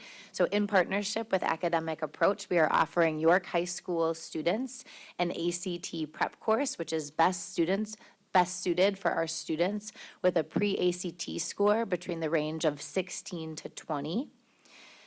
This ACT prep course provides up to 20 hours of instruction and will cover topics such as reading annotation, math problem solving, grammar, and rhetorical skills, all with a rigorous emphasis on ACT standards and practices. There are 2 programming options that students can choose to participate in this ACT prep coursework, which runs from January 14th to April 9th. Students can either participate virtually on Tuesdays from 7 o'clock to 9 o'clock at night with a cost of $225, or students can participate in person at York High School on Wednesdays from 3:30 to 5:30 p.m. or from 6 to 8 p.m. with a cost of $300. Students who receive a fee waiver are eligible to attend the class at no cost. We have posted this on social media. We have blasted it through Parent Square. We will continue to make robocalls home this week to encourage participation, although we are initially targeting our students in the range of 16 to 20, as that is, those are the students that are rate just at the cusp of meeting the benchmark for ACT. We are open to welcoming all students at all pre-ACT scores.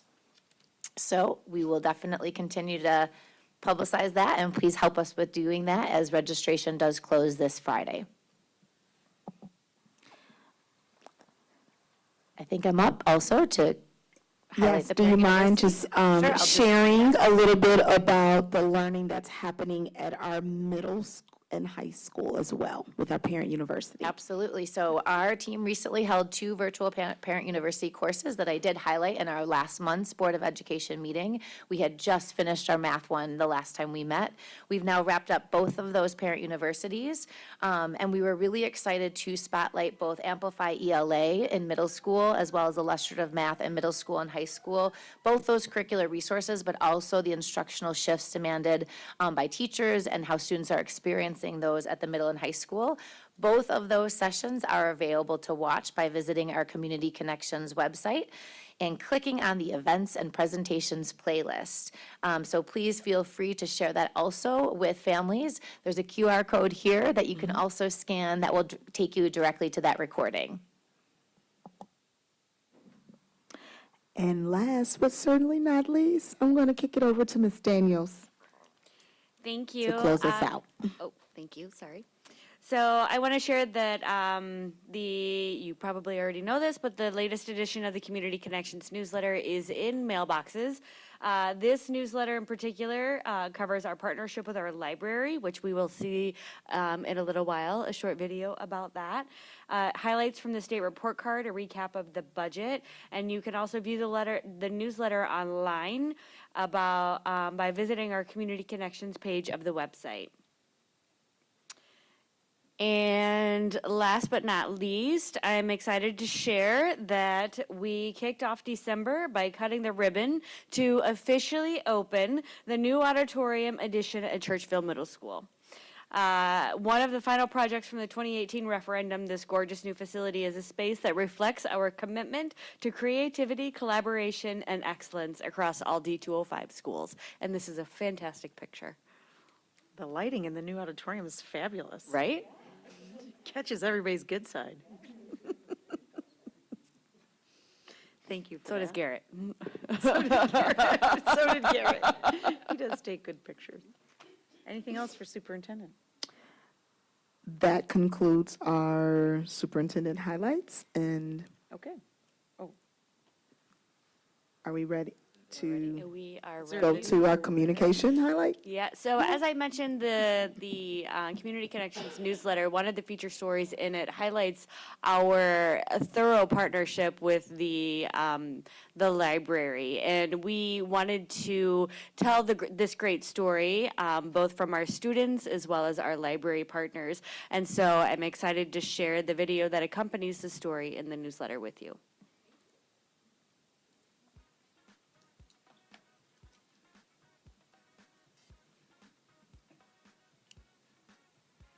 Our students are incredibly lucky. They have beautiful school libraries in District 205, and they also have the beautiful Elmhurst Public Library. Our kindergartners, when they come in this school library, are astounded when I tell them, you now have 2 libraries that you can go to. They talk about that big, beautiful white building that is their other library. The staff is so friendly. They have games. They have everything that that public library offers. Our kids are very, very fortunate to be served by 2 great libraries. We're very big on our curriculum support.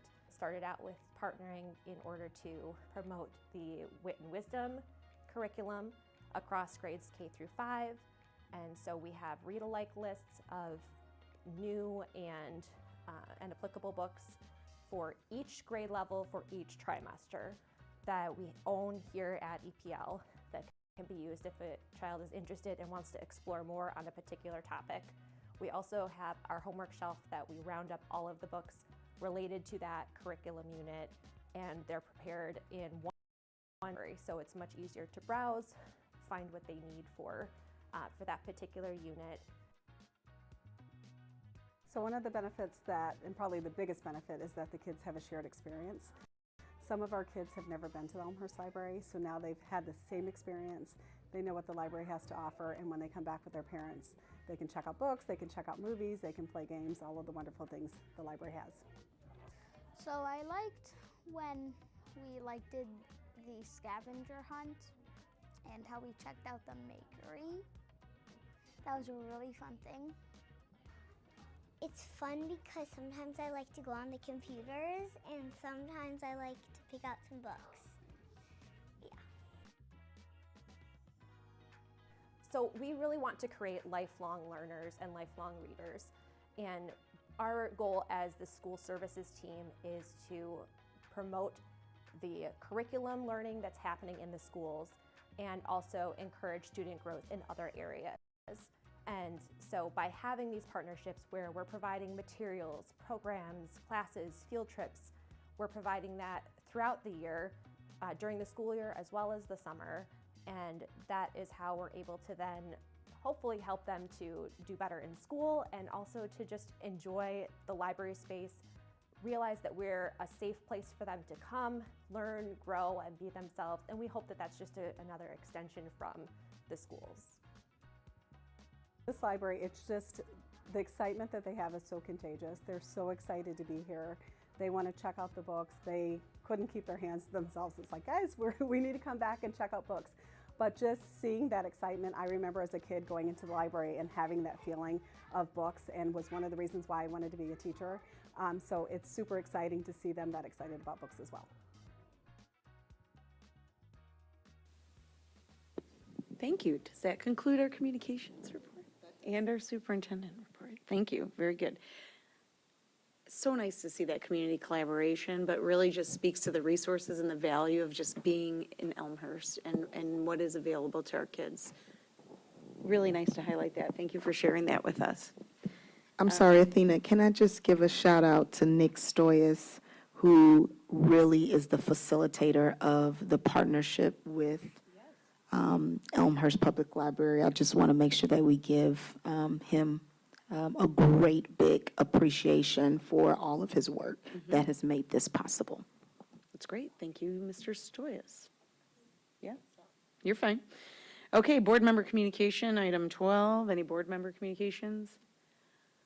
Seeing none, we'll move on to upcoming meetings. We have an upcoming Board of Education meeting on January 14th, 2024 at 7 p.m. here in District 205 Center.